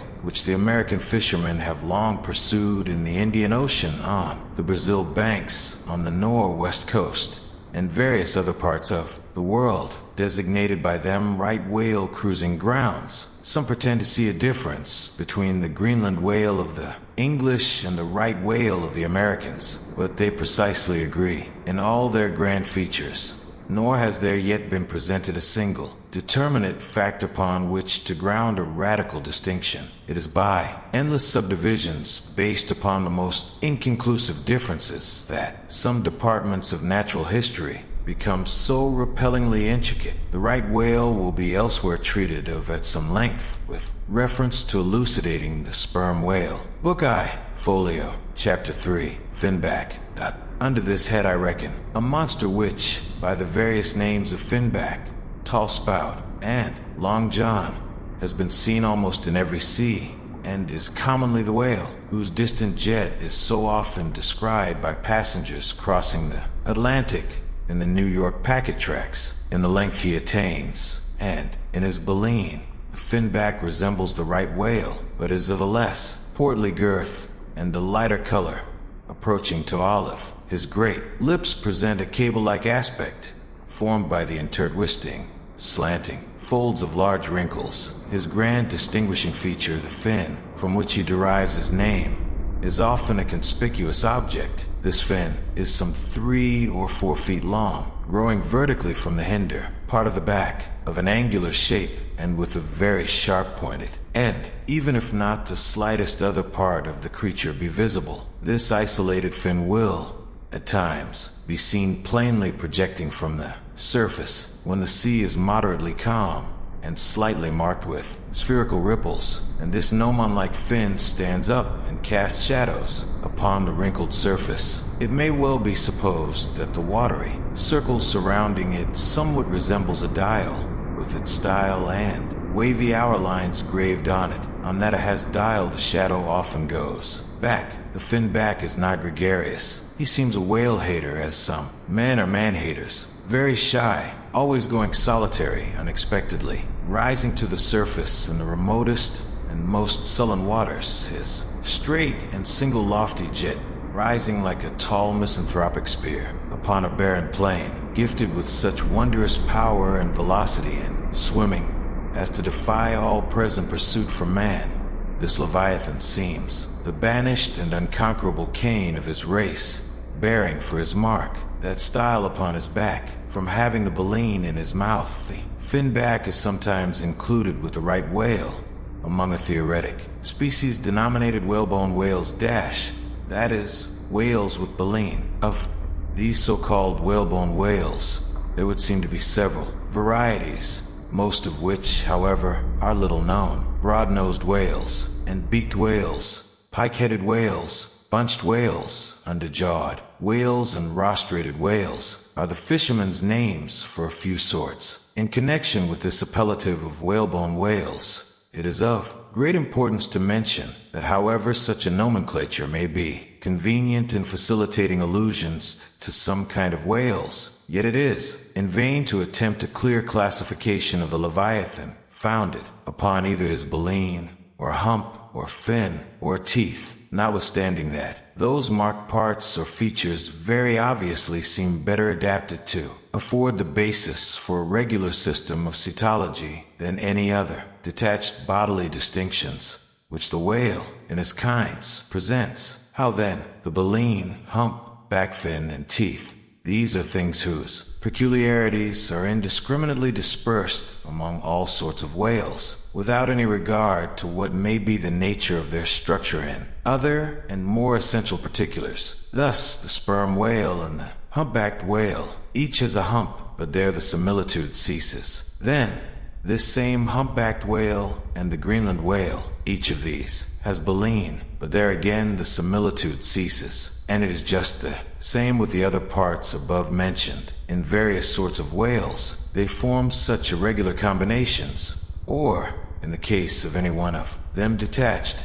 such an irregular isolation, as utterly to defy all general methodization formed upon such a basis. On this rock every one of the whale naturalists has split, but it may possibly be conceived that, in the internal parts of the whale and his anatomy there, at least, we shall be able to hit the right classification. Nay, what thing, for example, is there in the Greenland whale's anatomy more striking than his baleen? Yet we have seen that by his baleen it is impossible correctly to classify the Greenland whale, and if you descend into the bowels of the various leviathans, why there you will not find distinctions in 50th part as available to the systematizer as those external ones already enumerated. What then remains? Nothing but to take hold of the whales bodily in their entire liberal volume and boldly sort them that way. And this is the bibliographical system here adopted, and it is the only one that can possibly succeed, for it alone is practicable to proceed. Book I, Folio, Chapter 4. Humpback. This whale is often seen on the northern American coast. He has been frequently captured there and towed into harbor. He has a great pack on him like a peddler, or you might call him the elephant and castle whale. At any rate, the popular name for him does not sufficiently distinguish him, since the sperm whale also has a hump, though a smaller one. His oil is not very valuable. He has baleen. He is the most gamesome and light-hearted of all the whales, making more gay foam and white water generally than any other of them. Book I, Folio, Chapter 5, Razorback. Of this whale little is known but his name. I have seen him at a distance off Cape Horn. Of a retiring nature, he eludes both hunters and philosophers. Though no coward, he has never yet shown any part of him but his back, which rises in a long, sharp ridge. Let him go. I know little more of him, nor does anybody else. Book I, Folio, Chapter 6, Sulphur Bottom. Another retiring gentleman with a brimstone belly, doubtless got by scraping along the Tartarian tiles in some of his profounder divings. He is seldom seen. At least I have never seen him, except in the remoter southern seas, and then always at too great a distance to study his countenance. He is never chased. He would run away with rope walks of line. Prodigies are told of him. Adieu, Sulphur Bottom. I can say nothing more that is true of ye, nor can the oldest Nantucketer. Thus ends Book I, Folio, and now begins Book II, Octavo. Octavos, asterisk. These embrace the whales of middling magnitude, among which present may be numbered I, the Grampus -2, the Blackfish -3, the Narwhal -4, the Thrasher -V, the Killer asterisk. Why this book of whales is not denominated the quarto is very plain, because while the whales of this order, though smaller than those of the former order, nevertheless retain a proportionate likeness to them in figure, yet the bookbinder's quarto volume, in its dimension form, does not preserve the shape of the folio volume, but the octavo volume does. Book II, Octavo, Chapter 1, Grampus. Though this fish, whose loud sonorous breathing, or rather blowing, has furnished a proverb to landsmen, is so well known a denizen of the deep, yet is he not popularly classed among whales, but possessing all the grand, distinctive features of the Leviathan. Most naturalists have recognized him. For one, he is of moderate octavo size, varying from 15 to 25 feet in length, and of corresponding dimensions round the waist. He swims in herds. He is never regularly hunted, though his oil is considerable in quantity and pretty good for light. By some fishermen his approach is regarded as premonitory of the advance of the great sperm whale. Book II, Octavo, Chapter 2, Blackfish. I give the popular fishermen's names for all these fish, for generally they are the best. Where any name happens to be vague or inexpressive, I shall say so, and suggest another. I do so now, touching the blackfish, so-called, because blackness is the rule among almost all whales. So call him the hyena whale, if you please. His veracity is well known, and from the circumstance that the inner angles of his lips are curved upwards, he carries an everlasting Mephistophelian grin on his face. This whale averages some 16 or 18 feet in length. He is found in almost all latitudes. He has a peculiar way of showing his dorsal hooked fin in swimming, which looks something like a Roman nose, when not more profitably employed. Sperm whale hunters sometimes capture the hyena whale to keep up the supply of cheap oil for domestic employment as some frugal housekeepers, in the absence of company,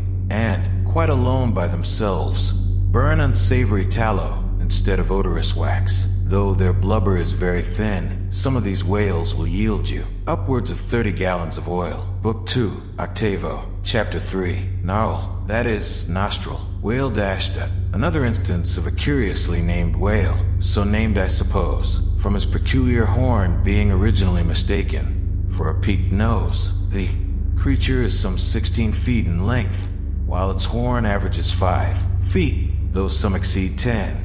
And even attain to 15 feet. Strictly speaking, this horn is but a lengthened tusk growing out from the jaw, in a line a little depressed from the horizontal, but it is only found on the sinister side, which has an ill effect, giving its owner something analogous to the aspect of a clumsy left-handed man. What precise purpose this ivory horn or lance answers, it would be hard to say. It does not seem to be used like the blade of the swordfish and bullfish, though some sailors tell me that the narwhal employs it for a rake in turning over the bottom of the sea for food. Charlie Coffin said it was used for an ice piercer, for the narwhal, rising to the surface of the polar sea, and finding it sheeted with ice, thrusts his horn up, and so breaks through. But you cannot prove either of these surmises to be correct. My own opinion is that however this one-sided horn may really be used by the narwhal, however, that may be, it would certainly be very convenient to him for a folder in reading pamphlets. The narwhal I have heard called the tusked whale, the horned whale, and the unicorn whale. He is certainly a curious example of the unicornism to be found in almost every kingdom of animated nature. From certain cloistered old authors, I have gathered that this same unicorn's horn was in ancient days regarded as the great antidote against poison, and as such, preparations of it brought immense prices. It was also distilled to volatile salts for fainting ladies, the same way that the horns of the male deer are manufactured into hartshorn. Originally, it was in itself accounted an object of great curiosity. Black letter tells me that Sir Martin Frobisher, on his return from that voyage, when Queen Bess did gallantly wave her jeweled hand to him from a window of Greenwich Palace, as his bold ship sailed down the Thames. When Sir Martin returned from that voyage, saith Black letter, on bended knees he presented to Her Highness a prodigious long horn of the narwhal, which for a long period after hung in the castle at Windsor. An Irish author avers that the Earl of Leicester on bended knees did likewise present to Her Highness another horn, pertaining to a land beast of the unicorn nature. The narwhal has a very picturesque, leopard-like look, being of a milk-white ground color, dotted with round and oblong spots of black. His oil is very superior, clear and fine, but there is little of it, and he is seldom hunted. He is mostly found in the circumpolar seas. Book 2, Octavo, Chapter 4, Killer. That of this whale little is precisely known to the Nantucketer, and nothing at all to the professed naturalist. From what I have seen of him at a distance, I should say that he was about the bigness of a grampus. He is very savage, a sort of Fiji fish. He sometimes takes the great folio whales by the lip,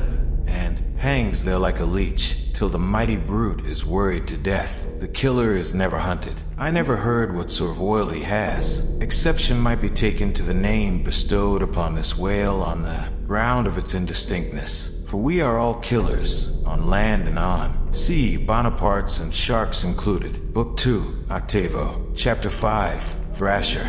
This gentleman is famous for his tail, which he uses for a ferrule in thrashing his foes. He mounts the folio whale's back, and as he swims, he works his passage by flogging him, as some schoolmasters get along in the world by a similar process. Still less is known of the thrasher than of the killer. Both are outlaws, even in the lawless seas. Thus ends Book 2, Octavo, and begins Book 3, Duodecimo. Duodecimos. These include the smaller whales. I, the huzzah porpoise. 2, the Algerine porpoise. 3, the mealy-mouthed porpoise. To those who have not chanced specially to study the subject, it may possibly seem strange that fishes not commonly exceeding 4 or 5 feet should be marshaled among whales, a word which, in the popular sense, always conveys an idea of hugeness, but the creatures set down above as duodecimos are infallibly whales by the terms of my definition of what a whale is. I.e., a spouting fish with a horizontal tail. Book 3, Duodecimo, Chapter 1, a Zooporpoise. This is the common porpoise found almost all over the globe. The name is of my own bestowal, for there are more than one sort of porpoises, and something must be done to distinguish them. I call him thus because he always swims in hilarious shoals, which upon the broad sea keep tossing themselves to heaven like caps in a 4th of July crowd. Their appearance is generally hailed with delight by the mariner. Full of fine spirits, they invariably come from the breezy billows to windward. They are the lads that always live before the wind. They are accounted a lucky omen if you yourself can withstand 3 cheers at beholding these vivacious fish. Then heaven help ye, the spirit of godly gamesomeness is not in ye. A well-fed, plump Zooporpoise will yield you 1 good gallon of good oil, but the fine and delicate fluid extracted from his jaws is exceedingly valuable. It is in request among jewelers and watchmakers. Sailors put it on their hones. Porpoise meat is good eating, you know. It may never have occurred to you that a porpoise spouts. Indeed, his spout is so small that it is not very readily discernible. But the next time you have a chance, watch him, and you will then see the great sperm whale himself in miniature. Book 3, Duodecimo, Chapter 2, Algerine porpoise. A pirate, very savage. He is only found, I think, in the Pacific. He is somewhat larger than the Zooporpoise, but much of the same general make. Provoke him, and he will buckle to a shark. I have lowered for him many times, but never yet saw him captured. Book 3, Duodecimo, Chapter 3, Mealy-mouthed porpoise. The largest kind of porpoise, and only found in the Pacific, so far as it is known. The only English name by which he has hitherto been designated is that of the fisher's right whale porpoise, from the circumstance that he is chiefly found in the vicinity of that folio. In shape, he differs in some degree from the Zooporpoise, being of a less rotund and jolly girth. Indeed, he is of quite a neat and gentlemanlike figure. He has no fins on his back.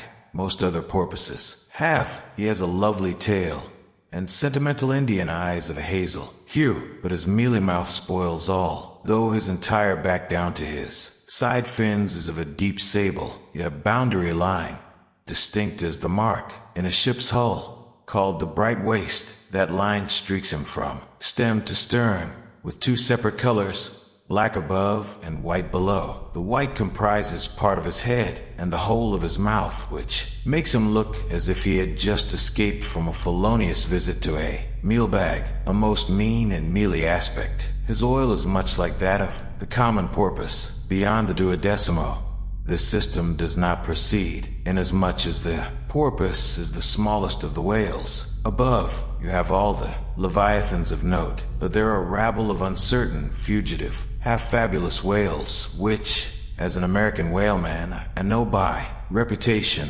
but not personally. I shall enumerate them by their forecastle appellations, for possibly such a list may be valuable to future investigators, who may complete what I have here but begun. If any of the following whales shall hereafter be caught and marked, then he can readily be incorporated into this system, according to his folio octavo, or duodecimo magnitude: the bottlenose whale, the junk whale, the pudding-headed whale, the cape whale, the leading whale, the cannon whale, the scrag whale, the coppered whale, the elephant whale, the iceberg whale, the quag whale, the blue whale, etc. From Icelandic, Dutch, and Old English authorities, there might be quoted other lists of uncertain whales, blessed with all manner of uncouth names, but I omit them as altogether obsolete, and can hardly help suspecting them, for mere sounds full of leviathanism, but signifying nothing.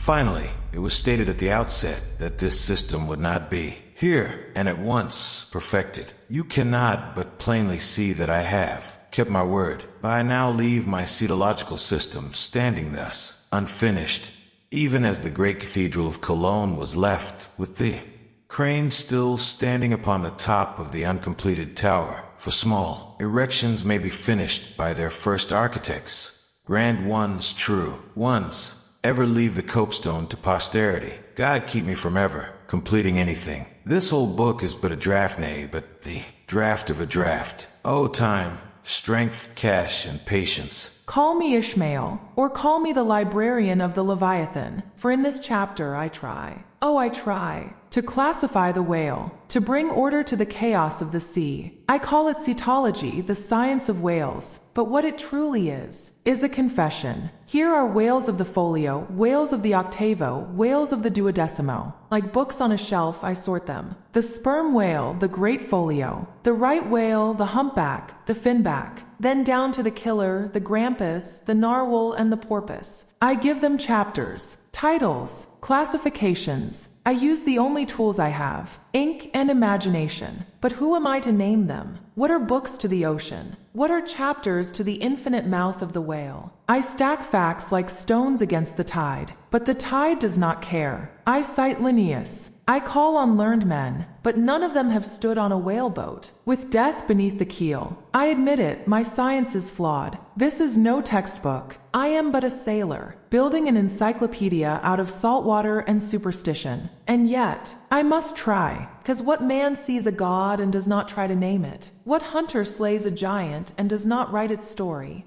The whale is more than mammal. It is symbol. It is myth. It is the unknowable truth swimming just beneath our world. I can give it Latin names. I can draw diagrams, but no page will ever hold the terror of the tale, the majesty of the blowhole, the quiet doom of the eye. This chapter is not a detour. It is revelation. It shows us what kind of book this truly is. A book that knows the limits of books. A map that admits the edges are drawn in fog. It tells us that knowledge, real knowledge, must bow before the beast it seeks to understand. And yet, Ishmael continues to catalog, because to catalog the whale is to try and tame the abyss. So take this Cetology not as fact, but as confession, the confession of a man who looked into the eye of Leviathan and tried, with trembling pen, to give it a name. Chapter 33, the Specksnyder. Concerning the officers of the whalecraft, this seems as good a place as any to set down a little domestic peculiarity on shipboard arising from the existence of the harpooner class of officers, a class unknown, of course, in any other marine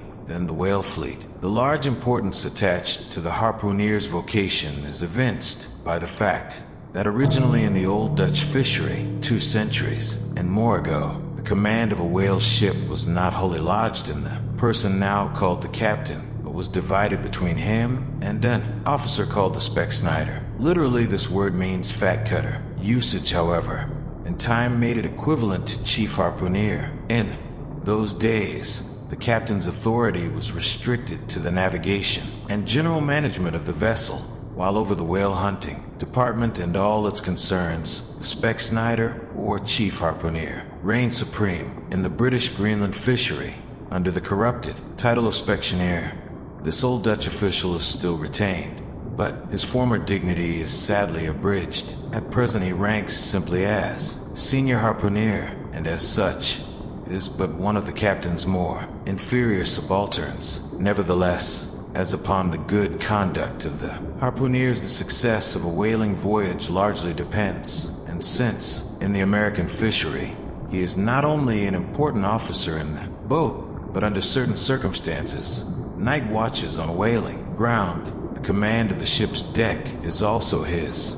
Therefore the grand political maxim of the sea demands that he should nominally live apart from the men before the mast, and be in some way distinguished as their professional superior, though always, by them, familiarly regarded as their social equal. Now, the grand distinction drawn between officer and man at sea is this: the first lives aft, the last forward. Hence, in whale ships and merchantmen alike, the mates have their quarters with the captain, and so too, in most of the American whalers the harpooneers are lodged in the after part of the ship. That is to say, they take their meals in the captain's cabin and sleep in a place indirectly communicating with it. Though the long period of southern whaling voyage, by far the longest of all voyages now or ever made by man, the peculiar perils of it, and the community of interest prevailing among a company, all of whom, high or low, depend for their profits, not upon fixed wages, but upon their common luck,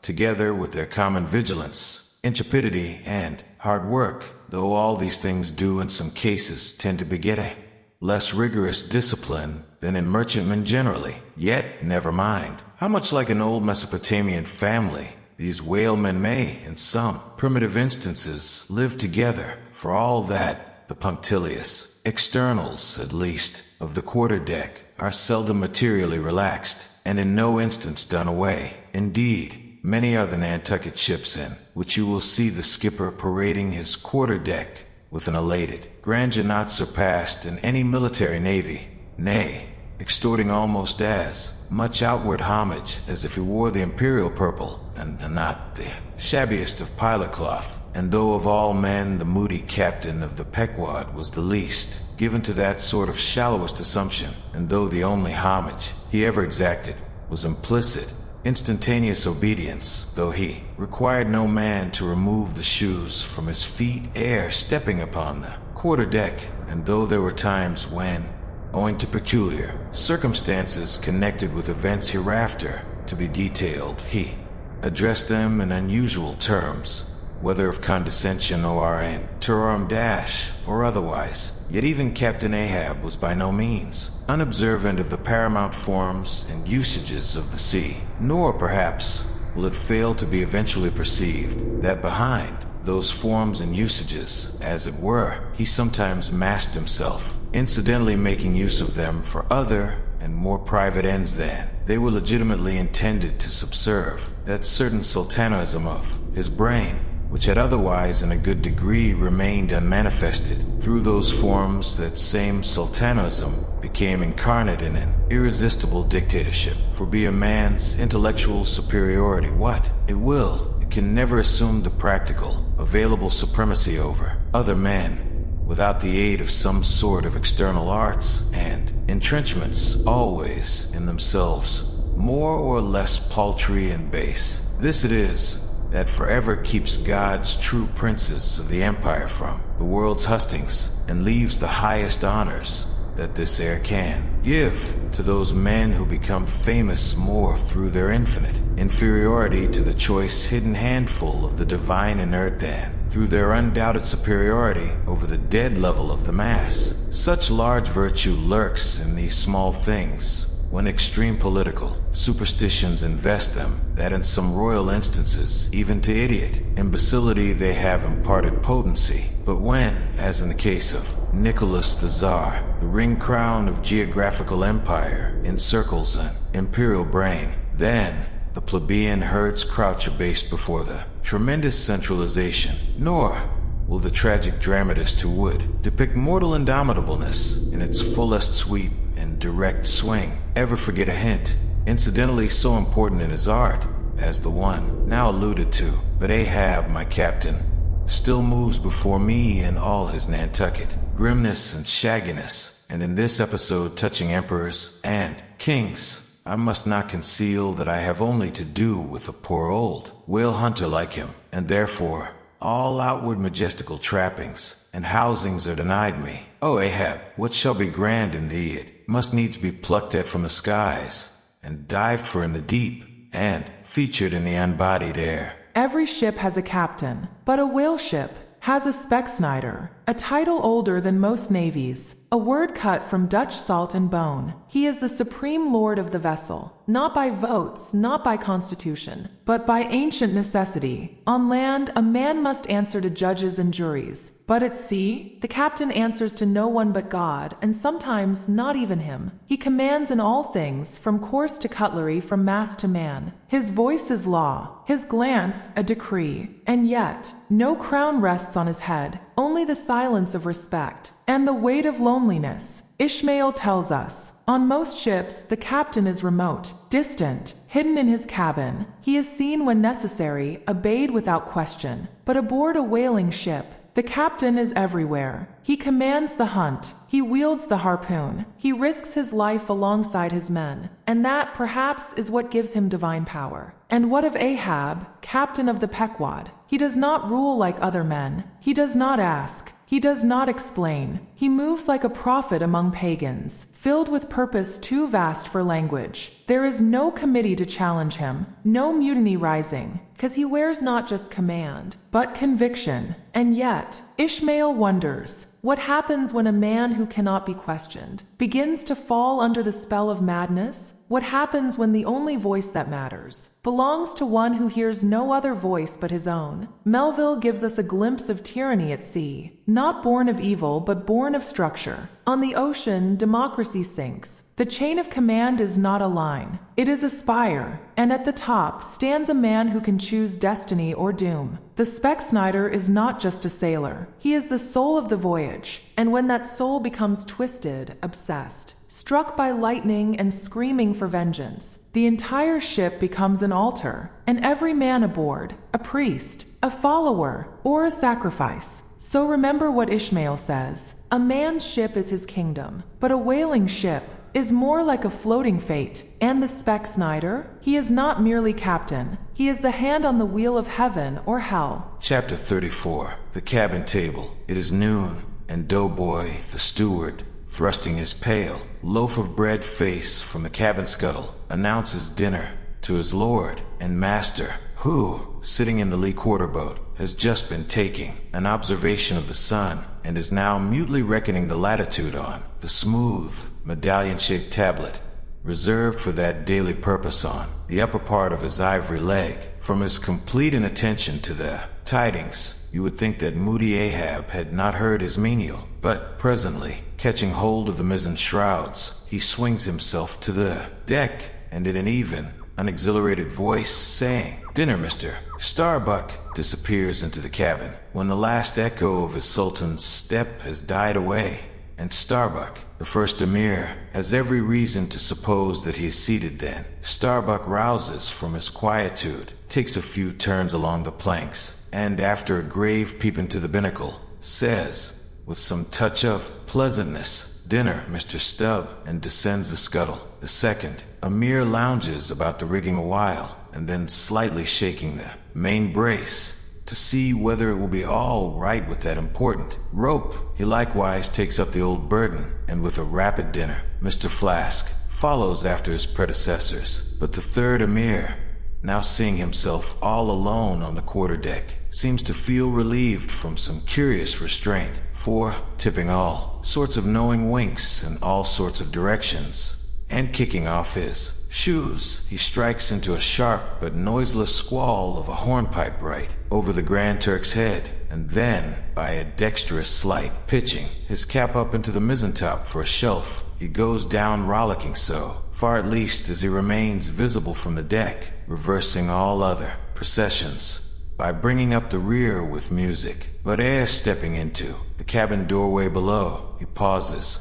ships a new face altogether, and then, independent, hilarious little Flask enters King Ahab's presence in the character of Abjectus, or the slave. It is not the least among the strange things bred by the intense artificialness of sea usages, that while in the open air of the deck, some officers will, upon provocation, bear themselves boldly and defyingly enough towards their commander, yet 10 to 1 let those very officers the next moment go down to their customary dinner in that same commander's cabin, and straightway their inoffensive, not to say deprecatory and humble air towards him as he sits at the head of the table. This is marvelous, sometimes most comical. Wherefore this difference? A problem? Perhaps not. To have been Belshazzar, king of Babylon, and to have been Belshazzar, not haughtily but courteously, therein certainly must have been some touch of mundane grandeur.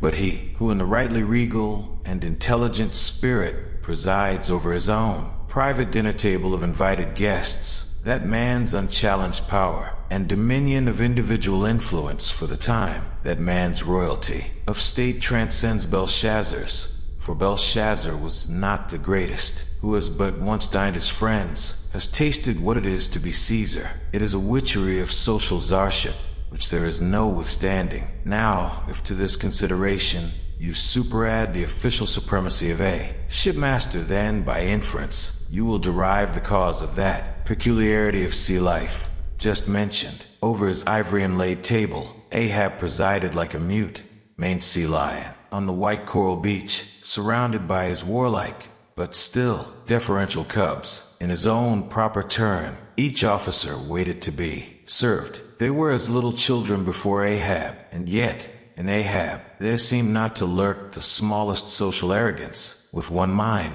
their intent eyes all fastened upon the old man's knife, as he carved the chief dish before him. I do not suppose that for the world they would have profaned that moment with the slightest observation even upon so neutral a topic as the weather. No, and when reaching out his knife and fork, between which the slice of beef was locked, Ahab thereby motioned Starbuck's plate towards him. The mate received his meat as though receiving alms, and cut it tenderly, and a little, started if, perchance, the knife grazed against the plate, and chewed it noiselessly, and swallowed it, not without circumspection. For like the coronation banquet at Frankfurt, where the German emperor profoundly dines with the 7 imperial electors, so these cabin meals were somehow solemn meals, eaten in awful silence, and yet at table old. Ahab forbade not conversation, only he himself was dumb. What a relief it was to choking Stubb,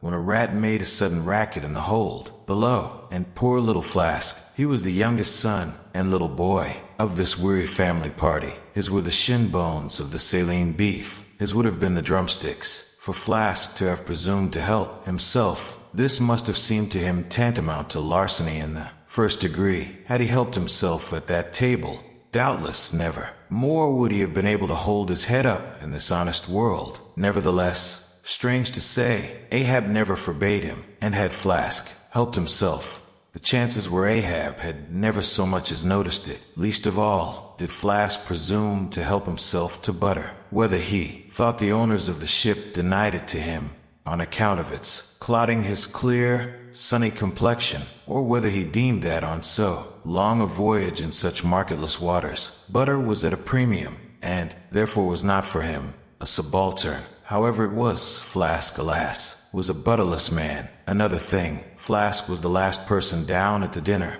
and Flask is the first man up. Consider, for hereby Flask's dinner was badly jammed in point of time. Starbuck and Stubb both had the start of him, and yet they also have the privilege of lounging in the rear. If Stubb, even who is but a peg higher than Flask, happens to have but a small appetite, and soon shows symptoms of concluding his repast, then Flask must bestir himself. He will not get more than 3 mouthfuls that day, for it is against holy usage for Stubb to precede Flask to the deck. Therefore it was that Flask once admitted in private that ever since he had arisen to the dignity of an officer, from that moment he had never known what it was to be otherwise than hungry, more or less. For what he ate did not so much relieve his hunger as keep it immortal. In him, peace and satisfaction, thought Flask, have forever departed from my stomach. I am an officer, but how I wish I could fish a bit of old-fashioned beef in the forecastle, as I used to when I was before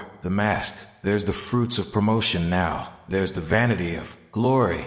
There's the insanity of life. Besides, if it were so that any mere sailor of the Pequod had a grudge against Flask and Flask's official capacity, all that sailor had to do, in order to obtain ample vengeance, was to go aft at dinner time and get a peep at Flask through the cabin skylight, sitting silly and dumbfounded before awful Ahab. Now Ahab and his 3 mates formed what may be called the first table in the Pequod's cabin. After their departure, taking place in inverted order to their arrival, canvas cloth was cleared, or rather was restored to some hurried order by the pallid steward, and then the 3 harpooneers were bidden to the feast, they being its residuary legatees. They made a sort of temporary servants' hall of the high and mighty cabin, in strange contrast to the hardly tolerable constraint and nameless, invisible domineerings of the captain's table was the entire carefree, license and ease, the almost frantic democracy of those inferior fellows, the harpooneers, while their masters, the mates, seemed afraid of the sound of the hinges of their own jaws.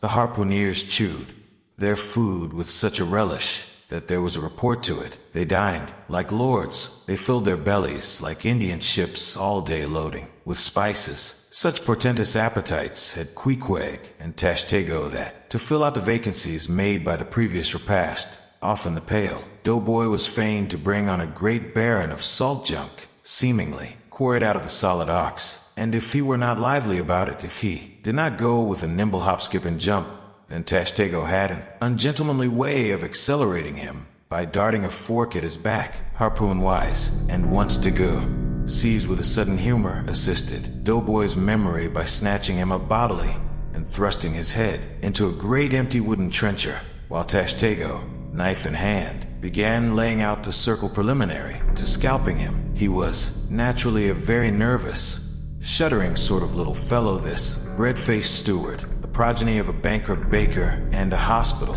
nurse, and what with the standing spectacle of the black terrific Ahab and the periodical tumultuous visitations of these three savages, Doughboy's whole life was one continual lip quiver. Commonly, after seeing the harpooneers furnished with all things they demanded, he would escape from their clutches into his little pantry adjoining, and fearfully peep out at them through the blinds of its door, till all was over. It was a sight to see Queequeg seated over against Tashtego, opposing his filed teeth to the Indians, crosswise to them, Dagu seated on the floor, for a bench would have brought his hearse-plumed head to the low car lines, at every motion of his colossal limbs, making the low cabin framework to shake, as when an African elephant goes passenger in a ship. But for all this, the great Negro was wonderfully abstemious, not to say dainty. It seemed hardly possible that by such comparatively small mouthfuls he could keep up the vitality diffused through so broad, baronial, and superb a person. But doubtless, this noble savage fed strong and drank deep of the abounding element of air, and through his dilated nostrils snuffed in the sublime life of the worlds. Not by beef or by bread are giants made or nourished, but Queequeg, he had a mortal, barbaric smack of the lip and eating an ugly sound enough, so much so that the trembling doughboy almost looked to see whether any marks of teeth lurked in his own lean arms. And when he would hear Tashtego singing out for him to produce himself, that his bones might be picked, the simple-witted steward all but shattered the crockery hanging round him in the pantry by his sudden fits of the palsy. Nor did the whetstone which the harpooneers carried in their pockets for their lances and other weapons, and with which whetstones at dinner they would ostentatiously sharpen their knives, that grating sound did not at all tend to tranquilize poor doughboy. How could he forget that in his island days,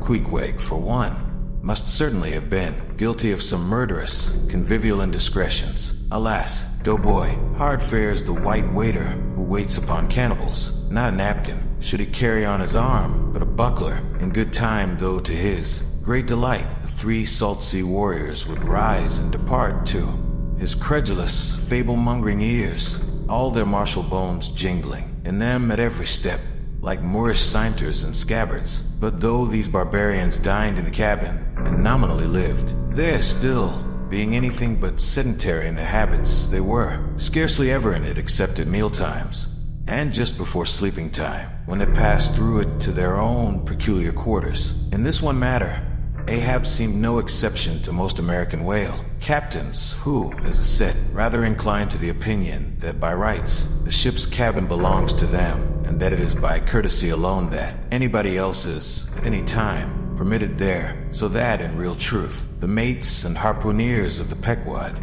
might more properly be said to have lived out of the cabin than in it, for when they did enter it, it was something as a street door enters a house, turning inwards for a moment, only to be turned out the next, and as a permanent thing, residing in the open air. Nor did they lose much hereby.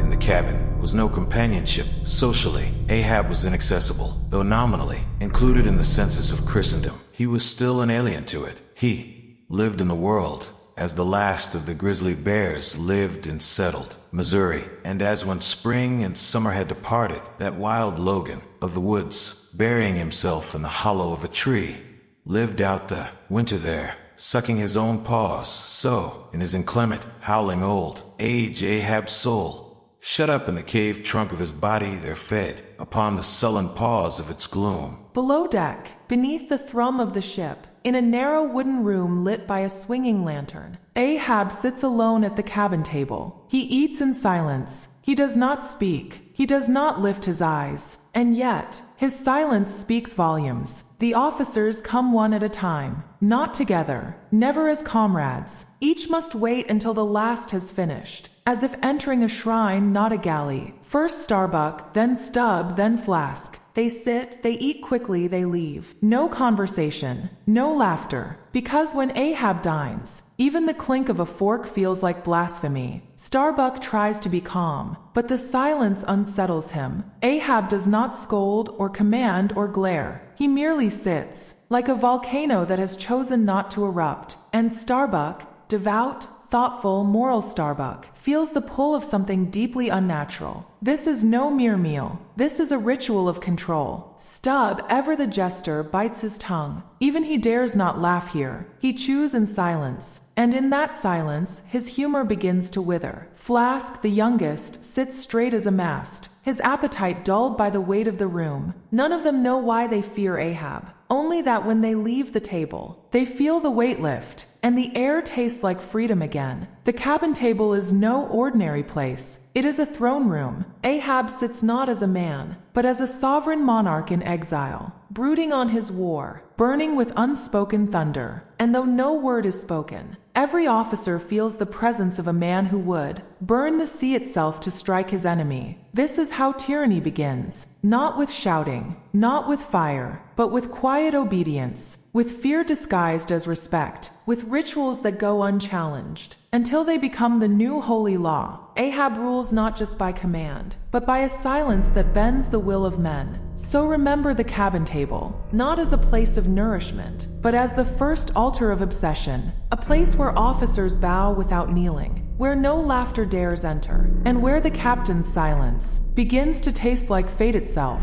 Chapter 35. The Mast-Head. It was during the more pleasant weather that in due rotation with the other seamen my first masthead came round. In most American whalemen, the mastheads are manned almost simultaneously with the vessels leaving her port, even though she may have 15,000 miles and more to sail ere reaching her proper cruising ground. And if, after a 3, 4, or 5 years' voyage she is drawing nigh home with anything empty in her, say, an empty vial, even then her mastheads are kept manned to the last, and not till her skysail poles sail and among the spires of the port does she altogether relinquish the hope of capturing one whale more. Now, as the business of standing mastheads, ashore or afloat, is a very ancient and interesting one, let us in some measure expatiate. Here, I take it that the earliest standers of mastheads were the old Egyptians,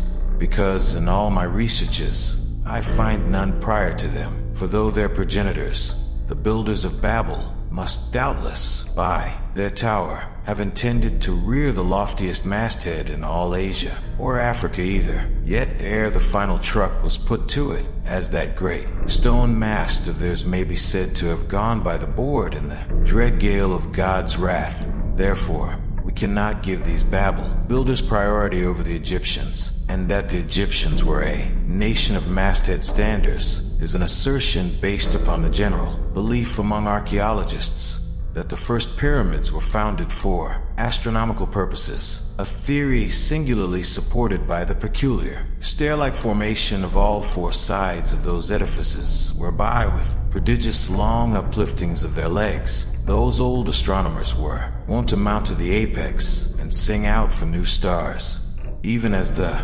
lookouts of a modern ship sing out for a sail, or a whale just bearing in sight in St. Stylites, the famous Christian hermit of old times, who built him a lofty stone pillar in the desert and spent the whole latter portion of his life on its summit, hoisting his food from the ground with a tackle. In him we have a remarkable instance of a dauntless stander of mastheads, who was not to be driven from his place by fogs or frosts, rain, hail, or sleet, but valiantly facing everything out to the last, literally died at his post. Of modern standers of mastheads we have but a lifeless set, mere stone, iron, and bronze men, who, though well capable of facing out a stiff gale, are still entirely incompetent to the business of singing out upon discovering any strange sight. There's Napoleon, who, upon the top of the column of Vendôme, stands with arms folded, some 150 feet in the air, careless now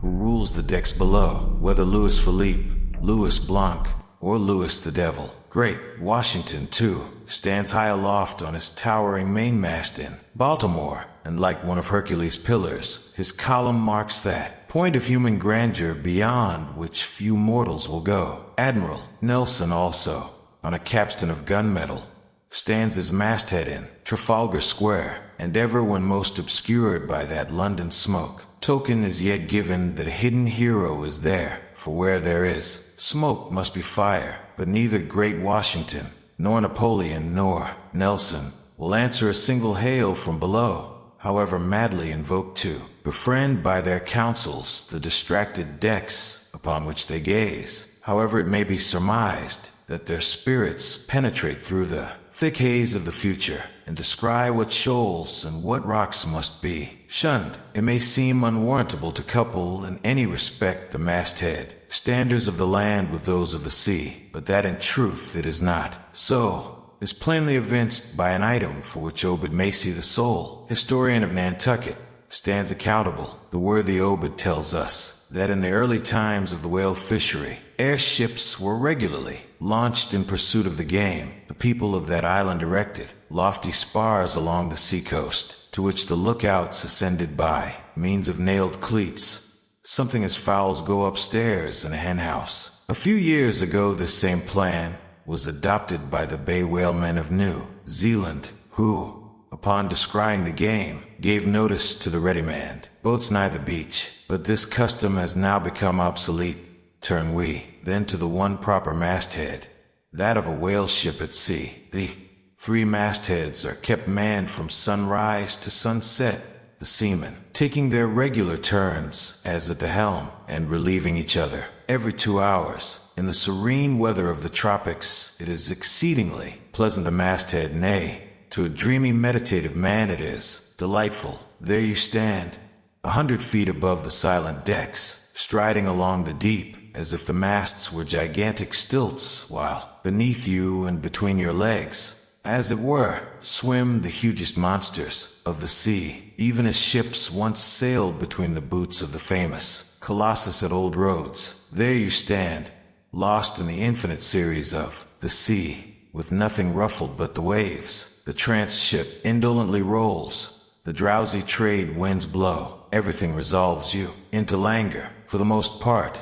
In this tropic whaling life, a sublime uneventfulness invests you. You hear no news, read no gazettes, extras, with startling accounts of commonplaces never delude you into unnecessary excitements. You hear of no domestic afflictions, bankrupt, securities, fall of stocks, are never troubled with the thought of what you shall have for dinner, for all your meals for 3 years and more are snugly stowed in casks, and your bill of fare is immutable. In one of those southern whalesmen, on a long 3 or 4 years voyage, as often happens, the sum of the various hours you spend at the masthead would amount to several entire months, and it is much to be deplored that the place to which you devote so considerable a portion of the whole term of your natural life should be so sadly destitute of anything approaching to cozy inhabitiveness, or adapted to breed a comfortable localness of feeling, such as pertains to a bed,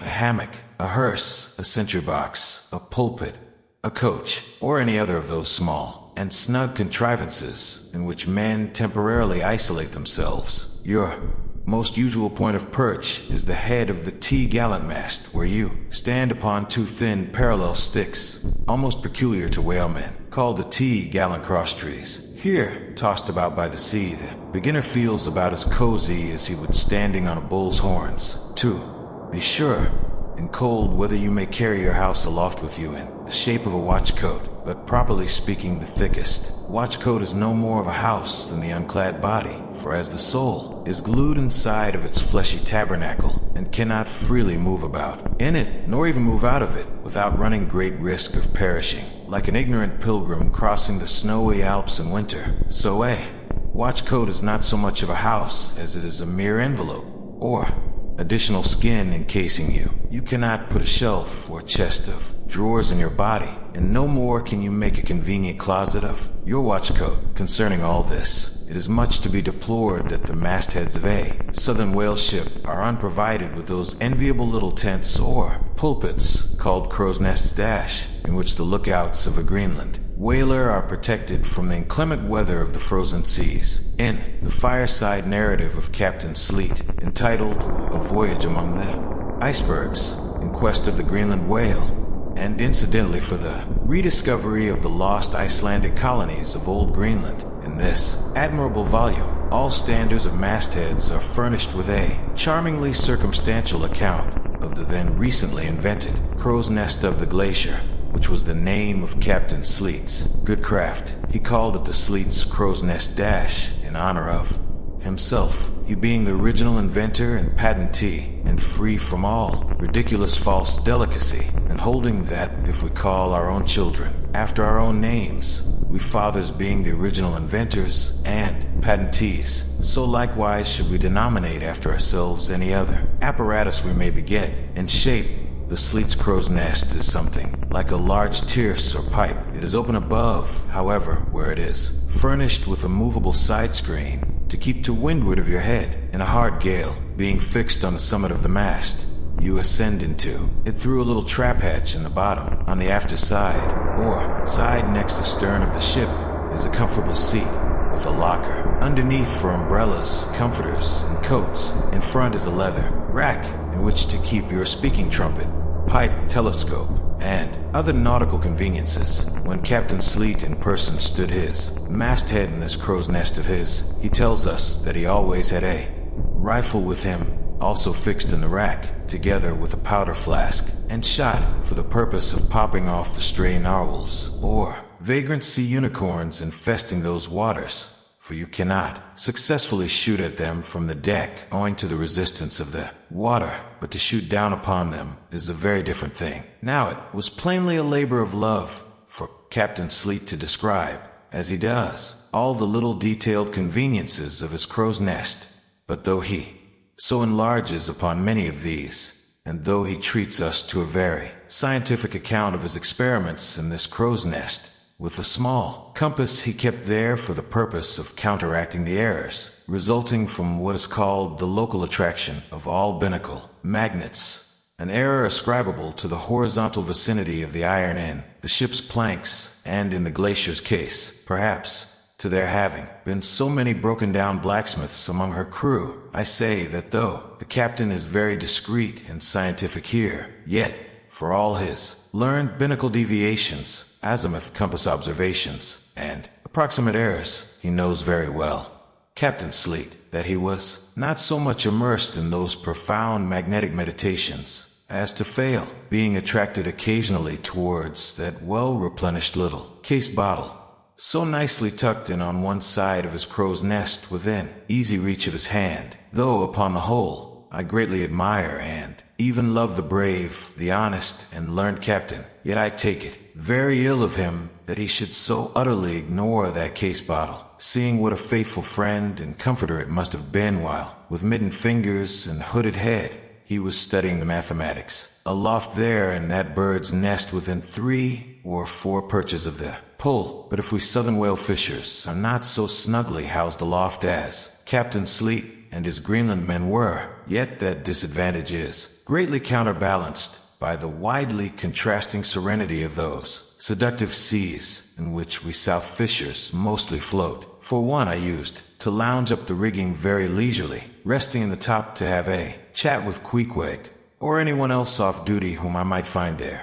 Then, ascending a little way further, and throwing a lazy leg over the topsail yard, take a preliminary view of the watery pastures, and so, at last mount to my ultimate destination. Let me make a clean breast of it here, and frankly admit that I kept, but sorry guard, with the problem of the universe revolving in me. How could I, being left completely to myself at such a thought-engendering altitude, how could I but lightly hold my obligations to observe all whale ships' standing orders? Keep your weather eye open, and sing out every time, and let me in this place movingly admonish you, ye ship owners of Nantucket, beware of enlisting your vigilant fisheries any lad with lean brow and hollow eye, given to unseasonable meditativeness, and who offers to ship with a Phaeton instead of Bowditch in his head. Beware of such an one, I say. Your whales must be seen before they can be killed, and this sunken-eyed young Platonist will tow you 10 wakes round the world,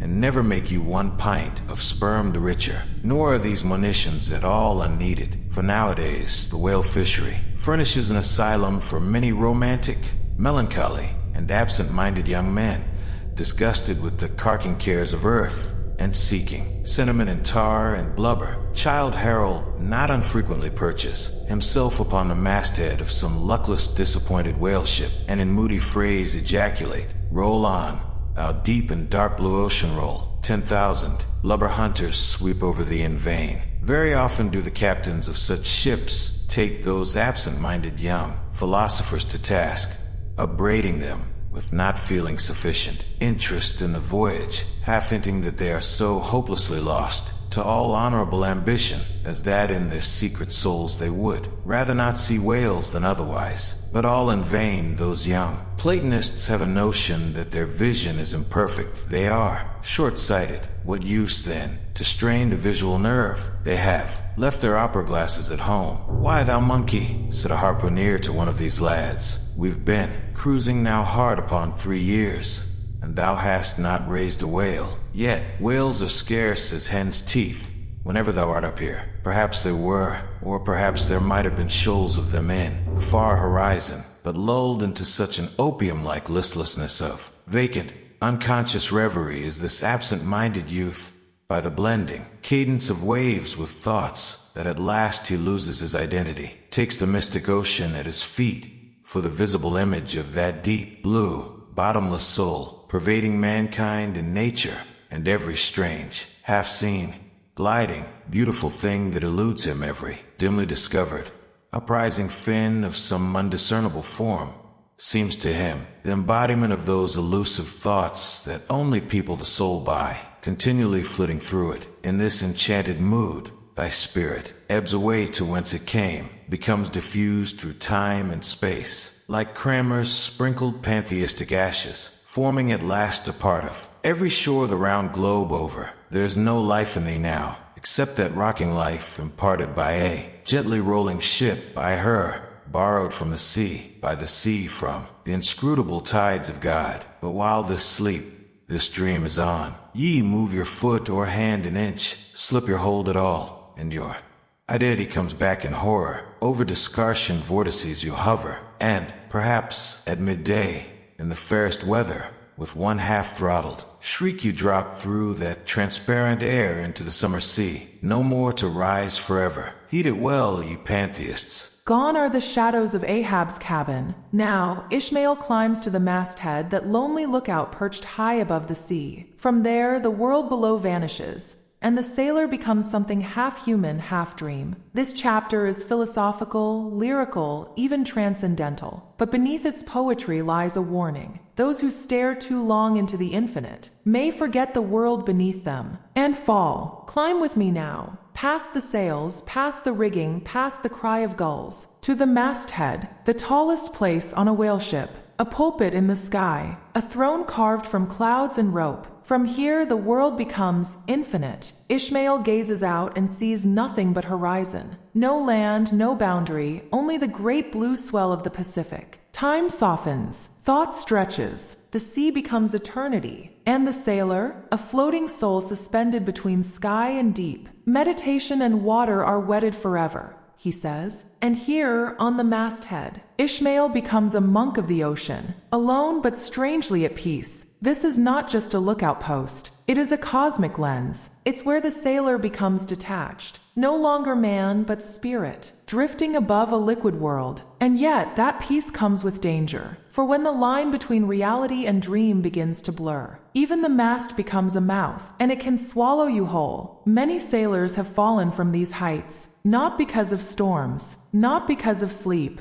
but because they were too lost in thought, so wrapped in dreams, that they forgot where their body ended, and where the abyss began. The Mast-Head gives you a taste of heaven, but always at the edge of a fatal fall. This chapter is Ishmael's ode to wonder, and also his warning. It's about the danger of losing yourself in vastness, in ideas too large for the soul. Just as Ahab is consumed by the whale, so too can a young thinker be consumed by the sublime. When you forget the ship beneath you, when you stop watching for whales, the sea does not forgive. There is beauty in that height, but there is also isolation. The Mast-Head is where prophets are born, and sometimes where madmen begin to break. It is the throne of the observer, but it is not a place you can stay. The ocean always calls you back down. So remember the Mast-Head, not just as lookout, but as the borderline between wonder and oblivion, between the mind that soars and the body that must remain anchored. For in the heights, the soul may fly, but the sea waits below. Chapter 36. The Quarterdeck. Enter Ahab, then all. It was not a great while after the affair of the pipe that one morning, shortly after breakfast, Ahab, as was his wont, ascended the cabin gangway to the deck. There most sea captains usually walk at that hour as country gentlemen. After the same meal, take a few turns in the garden. Soon his steady, ivory stride was heard, as to and fro he paced his old rounds upon planks so familiar to his tread that they were all over, dented like geological stones. With the peculiar mark of his walk, did you fixedly gaze, too, upon that ribbed and dented brow, there also you would see still stranger footprints, the footprints of his one unsleeping, ever-pacing thought. But on the occasion in question, those dents looked deeper, even as his nervous step that morning left a deeper mark, and so full of his thought was Ahab, that at every uniform turn that he made, now at the mainmast and now at the binnacle, you could almost see that thought turn in him as he turned, and pace in him as he paced, so completely possessing him, indeed, that it all but seemed the inward mold of every outer movement. "Do you mark him, Flask?" whispered Stubb. "The chick that's an impex. The shell. 'Twill soon be out." The hours wore on. Ahab now shut up within his cabin, anon pacing the deck with the same intense bigotry of purpose in his aspect. It drew near the close of day. Suddenly he came to a halt by the bulwarks, and inserting his bone leg into the auger hole there, and, with one hand grasping a shroud, he ordered Starbuck to send everybody aft. "Sir," said the mate, astonished at an order seldom or never given on shipboard except in some extraordinary case. "Send everybody aft," repeated Ahab. "Masthead's there. Come down." When the entire ship's company were assembled, and with curious and not wholly unapprehensive faces, were eyeing him, for he looked not unlike the weather horizon when a storm was coming up, Ahab, after rapidly glancing over the bulwarks, and then darting his eyes among the crew, started from his standpoint, and as though not a soul were nigh him, resumed his heavy turns upon the deck,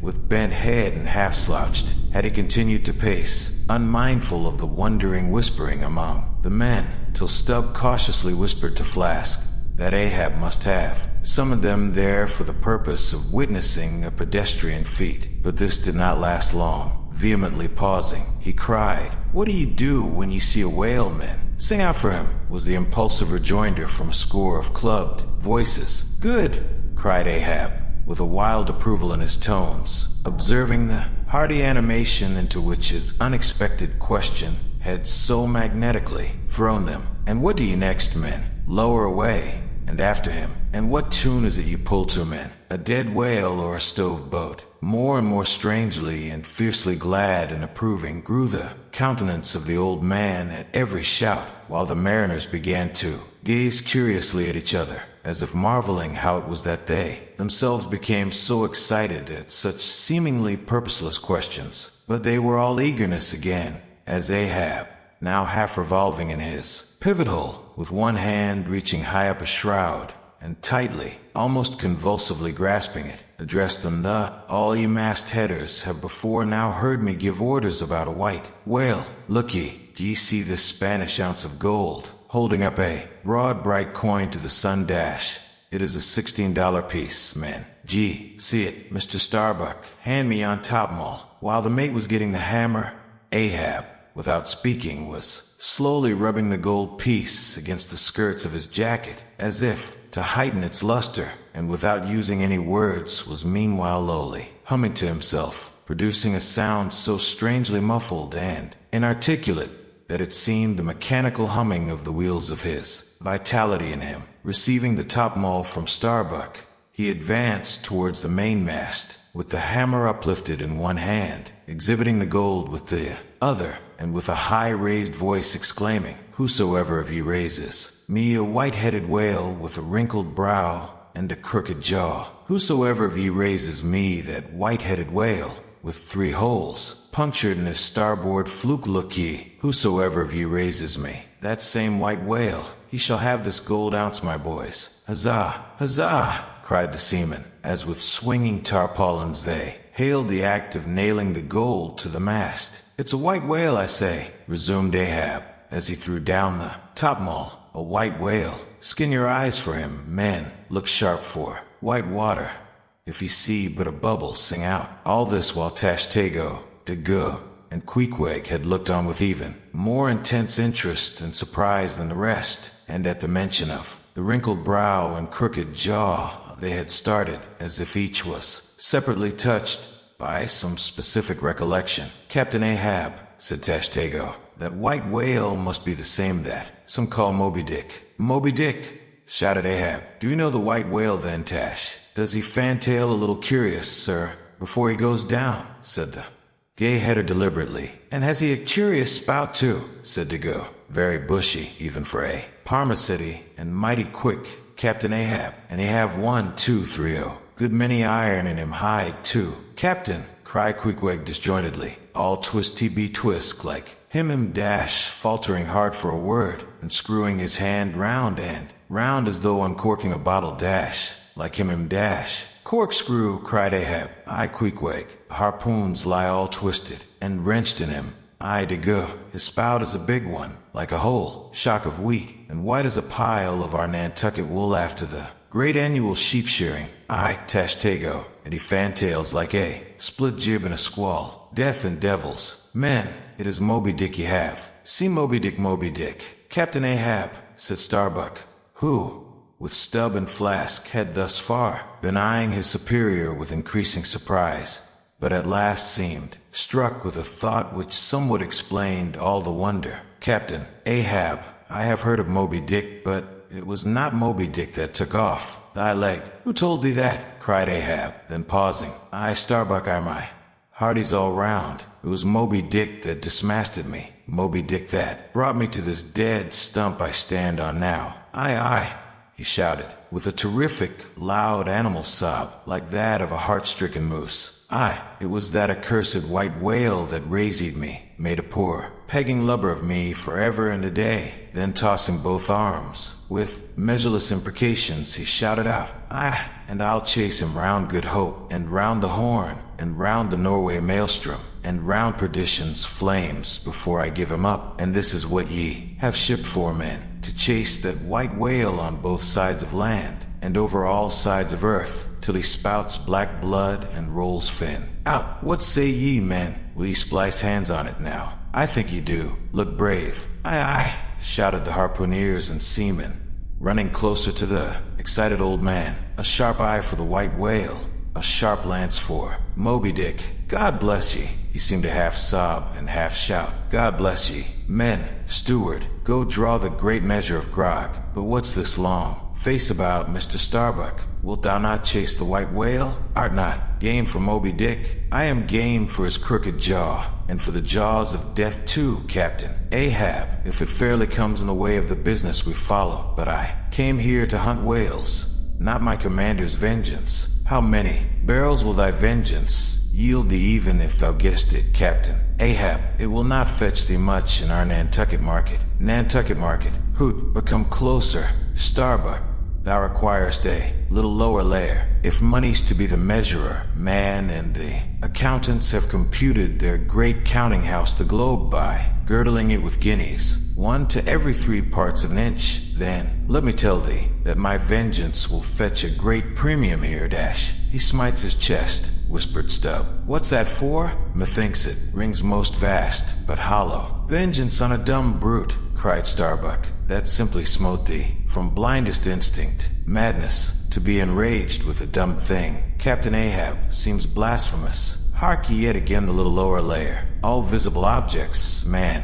are but as pasteboard masks, but in each event in the living act, the undoubted deed there, some unknown but still reasoning thing puts forth the moldings of its features from behind the unreasoning mask. If man will strike through the mask, how can the prisoner reach outside except by thrusting through the wall? To me, the white whale is that wall shoved near to me. Sometimes I think there's naught beyond, but 'tis enough. He tasks me, he heaps me. I see in him outrageous strength, with an inscrutable malice sinewing it. That inscrutable thing is chiefly what I hate, and be the white whale agent, or be the white whale principal, I will wreak the hate upon him. Talk not to me of blasphemy, man.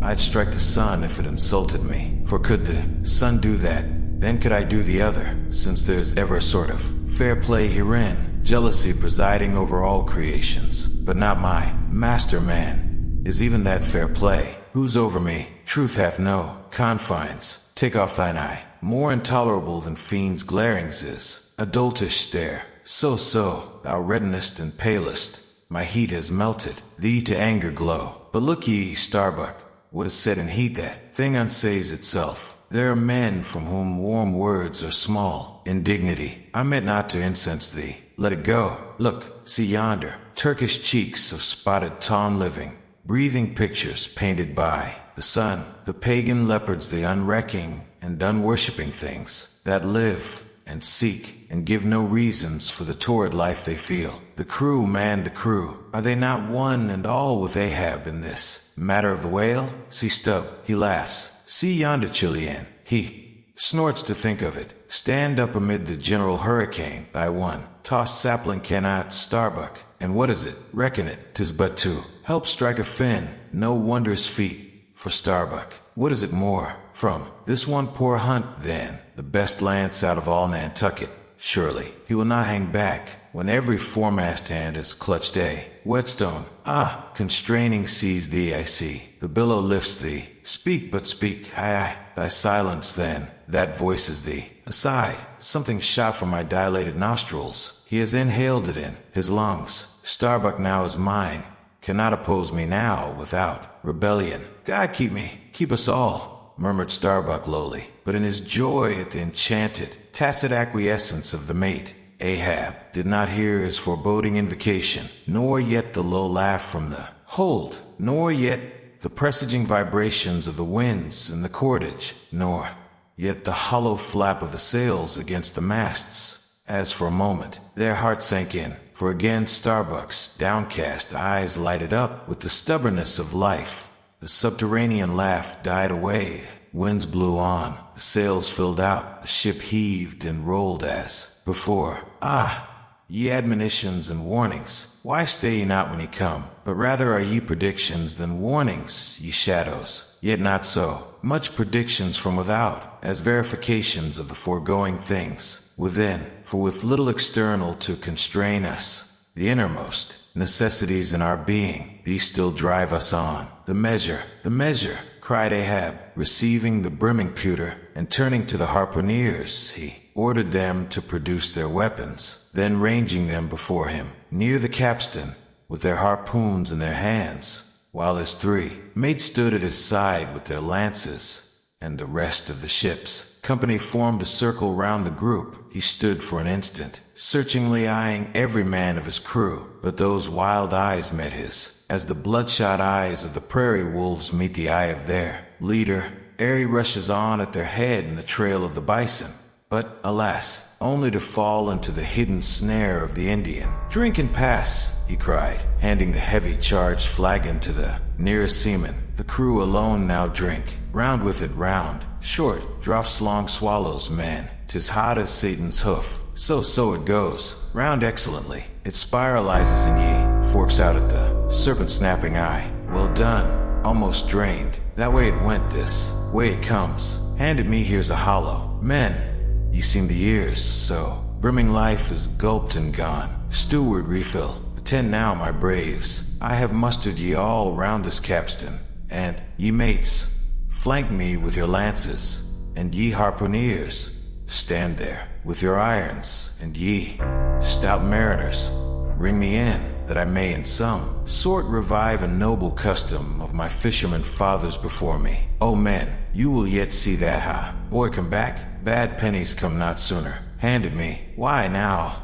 This pewter had run brimming again. W art not, thou Saint Vitus Impoe, thou aid you. Advance, ye mates, cross your lances full before me. Well done, let me touch the axis. So saying, with extended arm, he grasped the three level, radiating lances at their crossed center. While so doing, suddenly and nervously twitched them. Meanwhile, glancing intently from Starbuck to Stubb, from Stubb to Flask, it seemed as though by some nameless interior volition he would fain have shocked into them the same fiery emotion accumulated within the Leyden jar of his own magnetic life. The three mates quailed before his strong, sustained, and mystic aspect. Stubb and Flask looked sideways from him. The honest eye of Starbuck fell downright. In vain, cried Ahab, but maybe 'tis well, for did ye three but once take the full force shock, then mine own electric thing, that had perhaps expired from out me, perchance, too, it would have dropped. Ye dead, perchance ye needed not. Down lances. And now, ye mates, I do appoint ye 3 cupbearers to my 3 pagan kinsmen, there yon 3 most honorable gentlemen and noblemen, my valiant harpooneers. Disdain the task. What, when the great Pope washes the feet of beggars, using his tiara for your? Oh, my sweet cardinals, your own condescension, that shall bend ye to it. I do not order ye, you will it. Cut your seizings and draw the poles, ye harpooneers. Silently obeying the order, the 3 harpooneers now stood with the detached iron part of their harpoons, some 3 feet long, held barbs, up before him. Stab me not with that keen steel. Cant them over. Know ye, not the goblet end. Turn up the socket. So, now, ye cupbearers, advance. The irons, take them, hold them while I fill. Forthwith, slowly going from one officer to the other, he brimmed the harpoon sockets with the fiery waters from the pewter. Now 3 to 3, ye stand, commend the murderous chalices, bestow them, ye who are now made parties to this indissoluble league. Ha, Starbuck, but the deed is done. Yon ratifying sun now waits to sit upon it. Drink, ye harpooneers, drink and swear, ye men that man thee. Deathful whaleboats bow death to Moby-Dick. God hunt us all if we do. Not hunt Moby-Dick to his death. The long,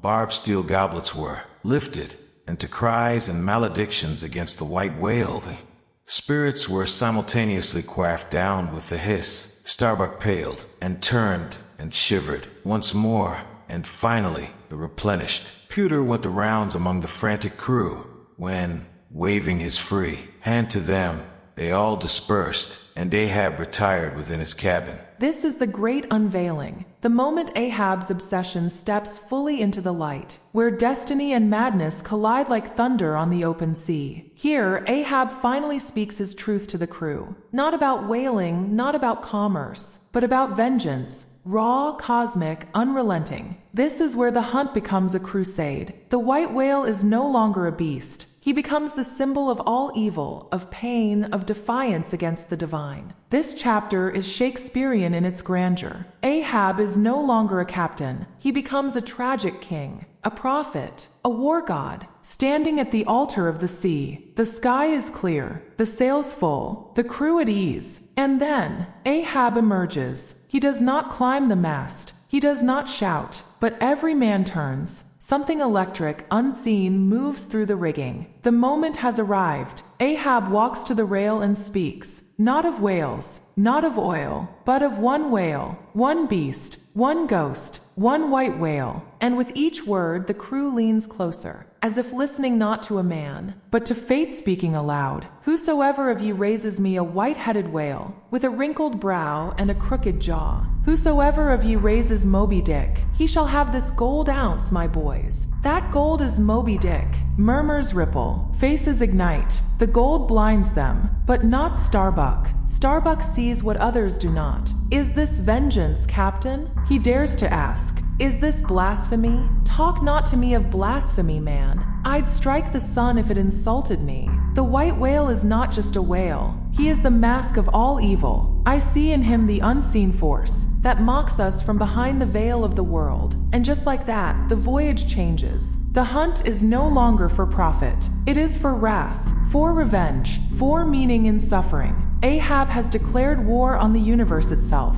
I came to hunt whales, he thinks, but now I follow a madman to damnation. Yet he says nothing, because no one does. The crew, caught in the spell, chant the captain's name, as if he were a god of thunder, and so the ship sails on, no longer a vessel of industry, but a temple, a warship, a coffin. This is the chapter where everything changes. Ahab reveals his soul, and the crew offers theirs in return. Melville paints this not as command, but as seduction. Ahab doesn't order obedience. He summons it, with gold, with poetry, with the fire of a man who believes. He alone can strike through the mask of God. The coin glints on the mast. The crew cheers. The sails swell. But something else has entered the ship now. Not a whale, not a captain, but doom. For from this moment forward, there is no turning back. The chase has begun, and it will not end until death or deliverance. Chapter 37. Sunset. The cabin. By the stern windows. Ahab sitting alone and gazing out dash. I leave a white and turbid wake. Pale waters, paler cheeks, where'er I sail. The envious billows sidelong swell to well my track, let them. But first I pass. Yonder, by ever-brimming goblet's rim, the warm waves blush like wine. The gold brow plumbs the blue. The diver's sun slow dived from noon goes. Down my soul mounts up. She wearies with her endless hill. Is then the crown too heavy that I wear? This iron crown of Lombardy, yet is it bright with many a gem. I the wearer, see not its far flashings, but darkly feel that I wear that dazzlingly confounds. 'Tis iron that, I know not gold. 'Tis split, too, that I feel, the jagged edge galls me. So, my brain seems to beat against the solid metal. I steel skull, mine, the sort that needs no helmet in most brain-battering fight. Dry heat upon my brow. Oh, time was when as the sunrise nobly spurred me, so the sunset soothed. No more,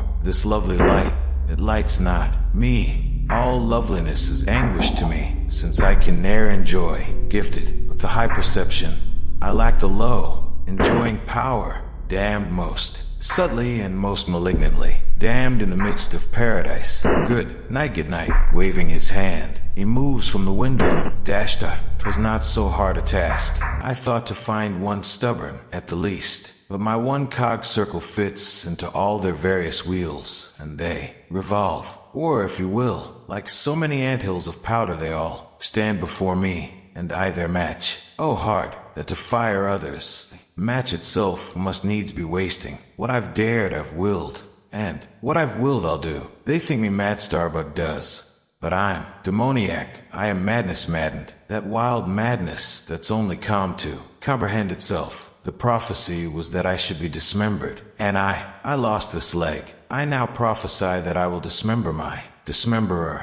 Now then, be the prophet and the fulfiller one. That's more than ye great gods ever were. I laugh and hoot at ye, cricket players, ye pugilists, ye deaf Burkes and blinded Bendigos. I will not say as schoolboys do to bullies take some one of your own. Sighs, don't pommel me. No, ye knocked me down, and I am up again. But ye have run and hidden. Come forth from behind your cotton bags. I have no long gun to reach ye. Come, Ahab's compliments to ye, come, and see if ye can swerve me. Swerve me? Ye cannot swerve me, else ye. Swerve yourselves. Man has ye there. Swerve me? The path to my fixed purpose is laid with iron rails, whereon my soul is grooved to run, over unsound gorges, through the rifled hearts of mountains, under Torrents beds, unerringly I rush. Not's an obstacle, not's an angle to the iron way. After the storm of chapter 36, where Ahab stands like a wrathful god on the quarterdeck and ignites the crew's blood with vengeance,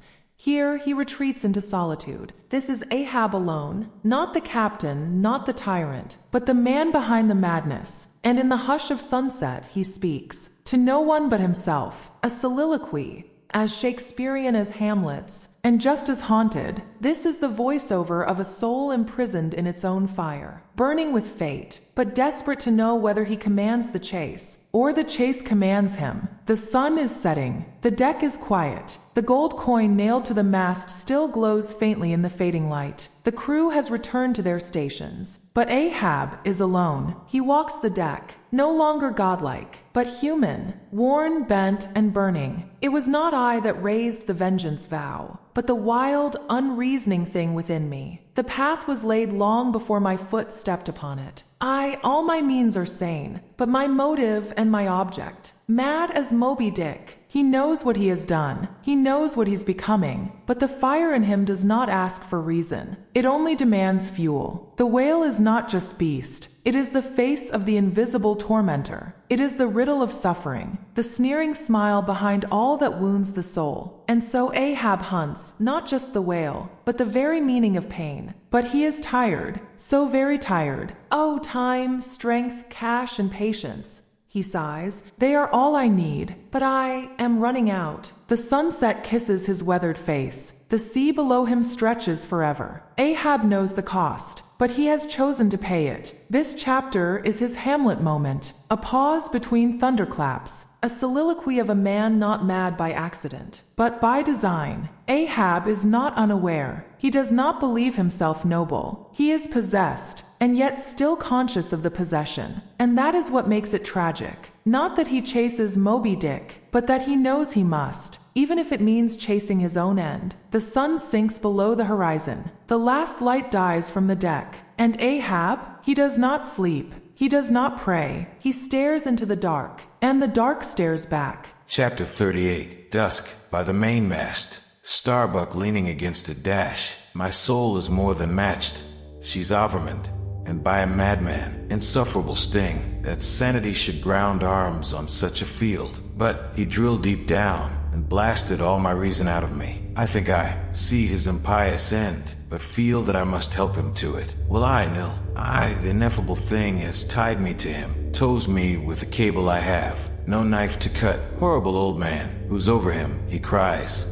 I would be a Democrat to all above. Look, how he lords it over all below. Oh, I plainly see my miserable office, to obey, rebelling, and worse, yet to hate with touch of pity. For in his eyes I read some lurid woe, would shrivel me up, had I it. Yet is there hope. Time and tide flow wide. The hated whale has the round watery world to swim in, as the small goldfish has its glassy globe. His heaven-insulting purpose, God, may wedge aside. I would upheart, were it not like lead. But my whole clocks run down, my heart the all-controlling weight. I have no key to lift again. A burst of revelry from the forecastle dashed at. Oh God, to sail with such a heathen crew that have small touch of human mothers in them, whelp somewhere by the sharkish sea. The white whale is their demigorgon. Hark, the infernal orgies. That revelry is. Forward, mark the unfaltering silence aft. Methinks it pictures life.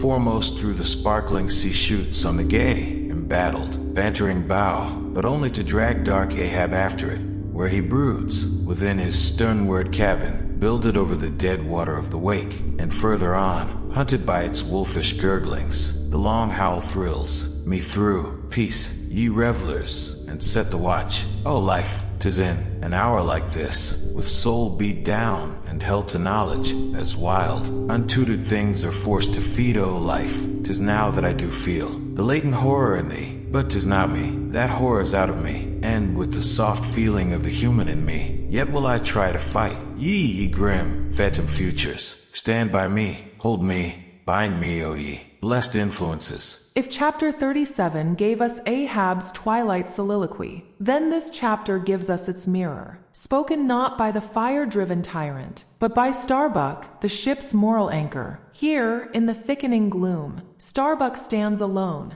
wrapped in silence, surrounded by the sea, and consumed by a terrible awareness. He is the only man aboard the Pequod who sees the truth, that this voyage is no longer sane, that Ahab's purpose is ruin, that someone must speak, or all may perish. And yet, he does not speak, because even virtue, when surrounded by obsession, can become paralyzed. Dusk settles on the sea. The sky is violet ash. The horizon has vanished into shadow, and Starbuck stands alone, beneath the rising stars, on a deck now hollowed by silence. My soul is more than matched. He's over me. Ahab has overtaken the ship and our fate. I fear him, but more than that, I pity him. He sees clearly what others do not, that this is not a noble hunt, not a righteous voyage, but a curse clothed in sails. Ahab is no longer captain. He is fate in flesh, and every mile the Pequod sails is a step deeper into madness. Shall I strike him? He wonders. Shall I climb the quarter-deck and defy him? End this madness before it ends us all. But he cannot, 'cause something grips him. Not fear, but reverence. Ahab may be mad, but he is great. Terrible, yes, but also larger than life. And in that grandeur, Starbuck falters. This is Melville's tragedy of moral paralysis. Starbuck is good. He is wise. He knows the right course. But goodness alone is not enough, not against a will as consuming as Ahab's. In this moment, virtue fails, not for lack of strength, but for lack of action. Dusk becomes more than time of day. It is the soul of the voyage, that in-between hour when clarity fades, when stars have not yet risen, and darkness begins to swallow doubt. Starbuck sees the edge. He sees the cliff, but he does not stop the fall. So Starbuck turns away, his heart heavy, his spirit dimmed, and in that silence, the Pequod sails on, toward the storm, toward the whale, toward destiny unspoken, for the moment to act has passed. Chapter 39. First night watch. Foretop. Stubb soulless, and mending a brace dashed at.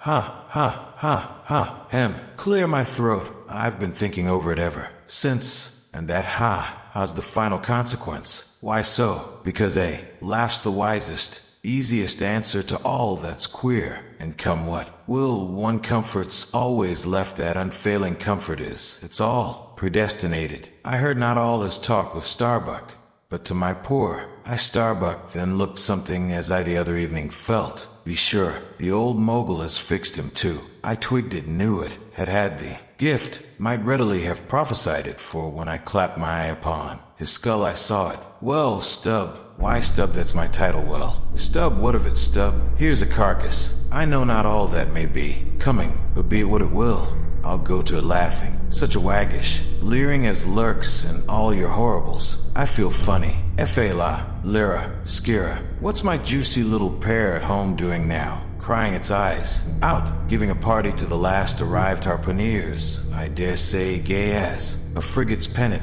And so am I. F.A. Lyra, Skira. Oh, we'll drink tonight with hearts as light to love, as gay and fleeting as bubbles that swim on the beaker's brim and break on the lips while meeting a brave stave that who calls Mr. Starbuck. Aye, sir, dash aside. He's my superior. He has his too, if I'm not mistaken. Aye, sir. Just through with this job coming. Now it's Stubb's turn, the second mate, to take the night watch. But instead of meditating in grief or fear, Stubb laughs. Yes, in the face of fate, in the shadow of Ahab's madness. Stubb leans back, smokes his pipe, and laughs into the darkness. But don't mistake his laughter for ignorance. It's not joy. It's not bravery. It's philosophy. A shrug in the face of doom. An acceptance of death as part of the voyage. This is the voice of a man who knows the world is mad and chooses to meet it with a grin. The sky is black. The moon hides behind its veil. And Stubb, second mate of the Pequod, walks the deck with a pipe between his teeth and laughter in his lungs. He whistles. He muses. He talks to the wind as if it's an old friend. The night belongs to him. I do not sleep when the wind howls, he says. I laugh instead. because if the devil himself came striding down the mainmast, I'd offer him a puff of my pipe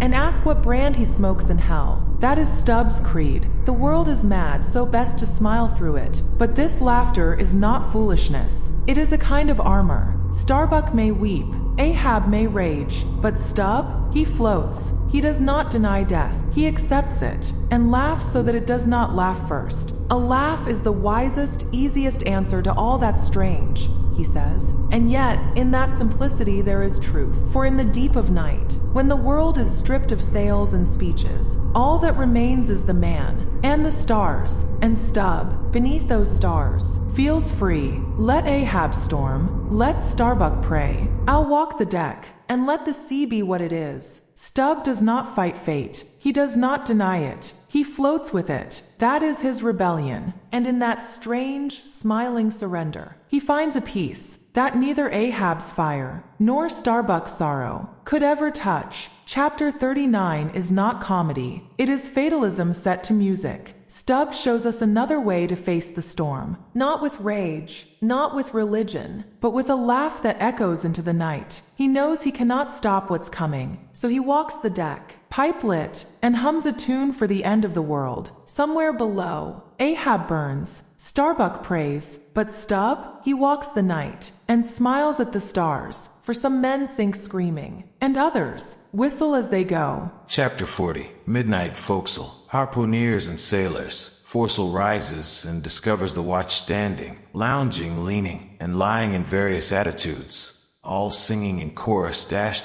"Farewell and adieu to you, Spanish ladies. Farewell and adieu to you, ladies of Spain." Our captain's commanded. First Nantucket sailor. "Oh, boys, don't be sentimental. It's bad for the digestion. Take a tonic, follow me." Sings, and all follow. Our captain stood upon the deck, a spyglass in his hand, a viewing of those gallant whales that blew at every strand. "Oh, your tubs and your boats, my boys, and by your braces stand, and we'll have one of those fine whales, hand, boys, over hand. So be cheery, my lads. May your hearts never fail, while the bold harpooner is striking the whale." Mate's voice from the quarterdeck. 8 bells there forward. Second Nantucket sailor. Avast the chorus. 8 bells there. D'ye hear? Bell boy, strike the bell 8, thou Pip, thou Blackling, and let me call the watch. I've the sort of mouth for that, the hogshead mouth. So, thrusts his head down the scuttle dash, comma,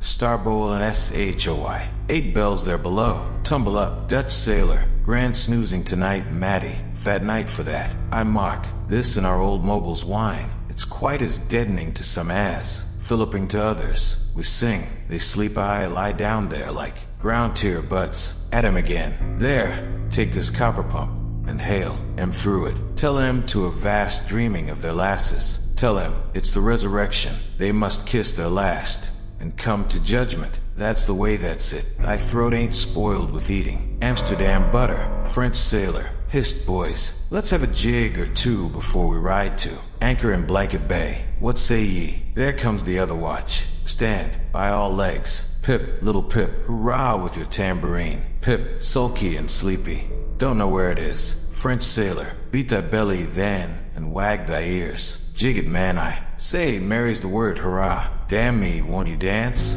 Form now, Indian file, and gallop into the double shuffle. Throw yourselves. Legs, Iceland sailor. I don't like your floor, Matty. It's too springy to my taste. I'm used to ice floors. I'm sorry to throw cold water on the subject, but excuse me. Maltese sailor. Me too, where's your girls? Who but a fool would take his left hand by his right and say to himself, how'd ye do? Partners. I must have partners. Sicilian sailor. Aye, girls in a green. Then I'll hop with ye. Turn grasshopper. Long Island sailor. Well, ye sulkies. There's plenty more of us. Hoe corn when you may, say I. All legs go to harvest soon. Ah, here comes the music, now for it. Azo a sailor, ascending, and pitching the tambourine up the scuttle dash that. Here you are, Pip, and there's the windlass bits up you. Mount, now boys. The half of them dance to the tambourine. Some go below, some sleep or lie among the coils of rigging. Oh, they plenty dashed. Azo a sailor, dancing. Go it, Pip. Bang it, bellboy. Rig it, dig. It, stig it, quig it, bellboy. Make fireflies. break the jinglers. Pip, jinglers, you say? There goes another, dropped off. I pounded so. China sailor, rattle thy teeth then, and pound away. Make a pagoda of thyself. French sailor, merry mad, hold up thy hoop, Pip, till I jump through it. Split jibs, tear yourselves. Tash Tago, quietly smoking. That's a white man, he calls that fun. Humph, I save my sweat. Old Manx sailor, I wonder whether those jolly lads bethink them of what they are dancing over. I'll dance over your grave. I will, that's the bitterest thread of your night women. That beathead winds round corners. Oh Christ, to think of the green navies and the green-skulled crews. Well, belike the whole world's a ball, as you scholars have it, and so 'tis right to make one ballroom of it. Dance on, lads. You're young, I was once. 3D Nantucket sailor. Spell O few. This is worse than pulling after. Whales in a calm give us a whiff, Tash. They cease dancing and gather in clusters. Meantime the sky darkens, the wind rises, Dashta. Alaska sailor, by Brahma. Boys, it'll be douse sail soon. The sky-born. High tide Ganges turn to wind. Thou showest thy black brow, Siva. Maltese sailor, reclining and shaking his cap, Dashta. It's the waves, the snow's caps turn to jigget now. They'll shake their tassels soon. Now, would all the waves were women, then I'd go drown and chast sea with them evermore. There's naught so sweet on earth heaven may not match it as those swift glances of warm, wild bosoms in the dance when the overarboring arms hide such ripe, bursting grapes. Sicilian sailor, reclining, Dashta, tell me not of it. Hark ye, lad fleet, interlacings of the limbs lithe, swayings, coyings, flutterings, lip, heart, hip, all graze, unceasing touch and go, not taste, observe ye, else comes satiety. Pagan, nudging Dashta, Tahitian sailor, reclining on a mad Dashta. Hail, holy nakedness of our dancing girls, the heava. Low-veiled, high-palmed Tahiti. I still rest me on thy mat, but the soft soil has slid. I saw thee woven in the wood, my mat. Green the first day I brought ye thence, now worn and wilted quite. On me, not thou nor I can bear the change. How then, if so be transplanted to yon sky? Here are the roaring streams from Pyrohides' peak of spears, when they leap down the crags and drown the villages. The blast, up spine and meet it, leaps to his feet, Dashta. Portuguese sailor, how the sea rolls swashing against the side. Stand by for reefing Hardies. The winds are just crossing swords, pell-mell. They'll go lunging presently. Danish sailor, crack, old ship. So long as thou crackest, thou holdest. Well done. The mate there holds ye to it stiffly. He's no more afraid than the Isle fort at Kattegat, put there to fight the Baltic, with storm-lashed guns, on which the sea salt cakes. 4th Nantucket sailor, he has his orders. Mind ye that. I heard old Ahab tell him he must always kill a squall. Something as they burst waterspout with a pistol fire your ship right into it. English sailor, blood, but that old man's a grand old cove. We are the lads to hunt him up his whale. All, aye, old Manx sailor, how the 3 pines shake. Pines are the hardest sort of tree to live when shifted to any other soil, and here there's none but the crew's cursed clay. Steady, helmsman, steady. This is the sort of weather when brave hearts snap ashore and keeled hulls split at. See, our captain has his birthmark. Look yonder, boys, there's another. In the sky lurid like, ye see. All else pitch black. De gueux, what of that? Who's afraid of black's afraid of me? I'm quarried out of it. Spanish sailor, side Dashta. He wants to bully, the old grudge makes me touchy. Advancing Dashta. I harpooneer. Thy race is the undeniable. Dark side of mankind devilish. Dark at that. No offense. De gueux grimly. None. Estiago sailor. That Spaniard's mad or drunk. But that can't be. Or else in his one case, our old mogul's firewaters are somewhat long in. Working. 5th Nantucket sailor. What's that I saw lightning? Yes, Spanish sailor. No, de gueux showing his teeth. De gueux springing. Swallow thine, mannequin. White skin, white liver. Spanish sailor. Meeting him. Knife thee heartily. Big frame, small. Spirit. All. A row. Tash Tago. With a whiff. A row a low. And a row aloft, gods, and men both brawlers. Humph, Belfast sailor, a row, a row, the Virgin be blessed, a row. Plunging with ye, English sailor, fair play, snatch the Spaniard's knife. A ring, old Manx sailor, ready formed. There, the ringed horizon, in that ring, Cain struck Abel, sweet work, right work. No, why then, God madst thou the ring? Mate's voice from the quarterdeck, hands by the halyards, in, topgallant sails, stand by to reef topsails. All, the squall, jump my jollies, they scatter-dashed at, pip, shrinking under the windlass, jollies, Lord help such jollies, crish, crash, there goes the jibstay, lang wang, God, duck lower, pip, here comes the royal yard, it's worse than being in the world, woods, the last day of the year, who'd go climbing after chestnuts now, but there they go, all cursing, and here I don't, fine prospects too, they're on the road to heaven, hold on hard, Jiminy, what a squall. But those chaps, there are worse yet, they are your white squalls, they. White squalls. White whales, sure. Sure, here have I heard all their chat just now. And the white whale, sure, but spoken of once. And only this evening it makes me jingle all over like my tambourine, that anaconda of an old man swore I'm in to hunt him. Oh, thou big white god aloft there somewhere in yon darkness. Have mercy on this small black boy down here. Preserve him from all men that have no bowels to feel fear. This is no ordinary chapter. It's written like a stage play, with dialogue, stage directions, and a roaring chorus of voices. This is Melville's theatrical interlude, his Shakespearean chorus, where the Pequod's diverse, multicultural crew speaks freely for the first time. Down in the forecastle, beneath the grandeur of Ahab's vengeance, real men speak of food, of fear, of superstition, and of the madness above their heads. They are sailors from every corner of the earth. Dagu, Tashtego, Queequeg, Pip, the Spaniard, the Frenchman, the black sailor, the white sailor, all in one dark, creaking belly of the ship. This is the heartbeat of the Pequod. Loud, rowdy, fearful, full of life.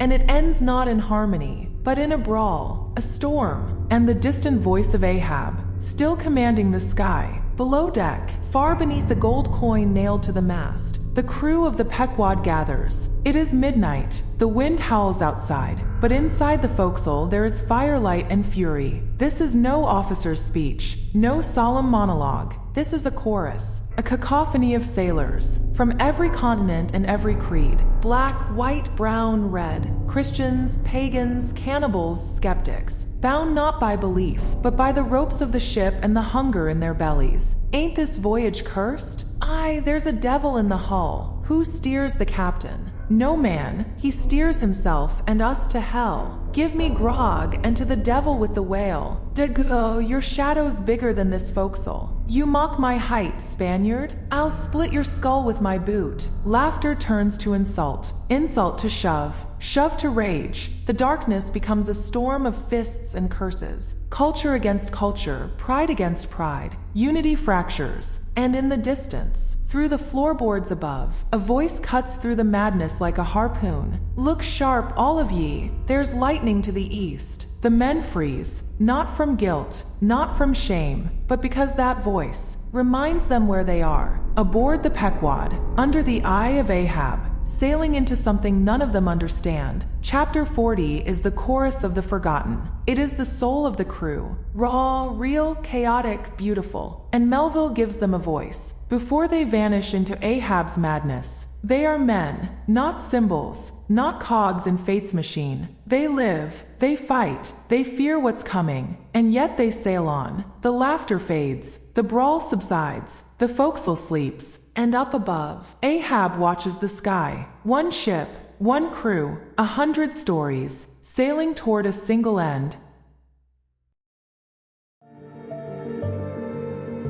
You've just heard a voice from the archives, and there's so much more waiting to be discovered.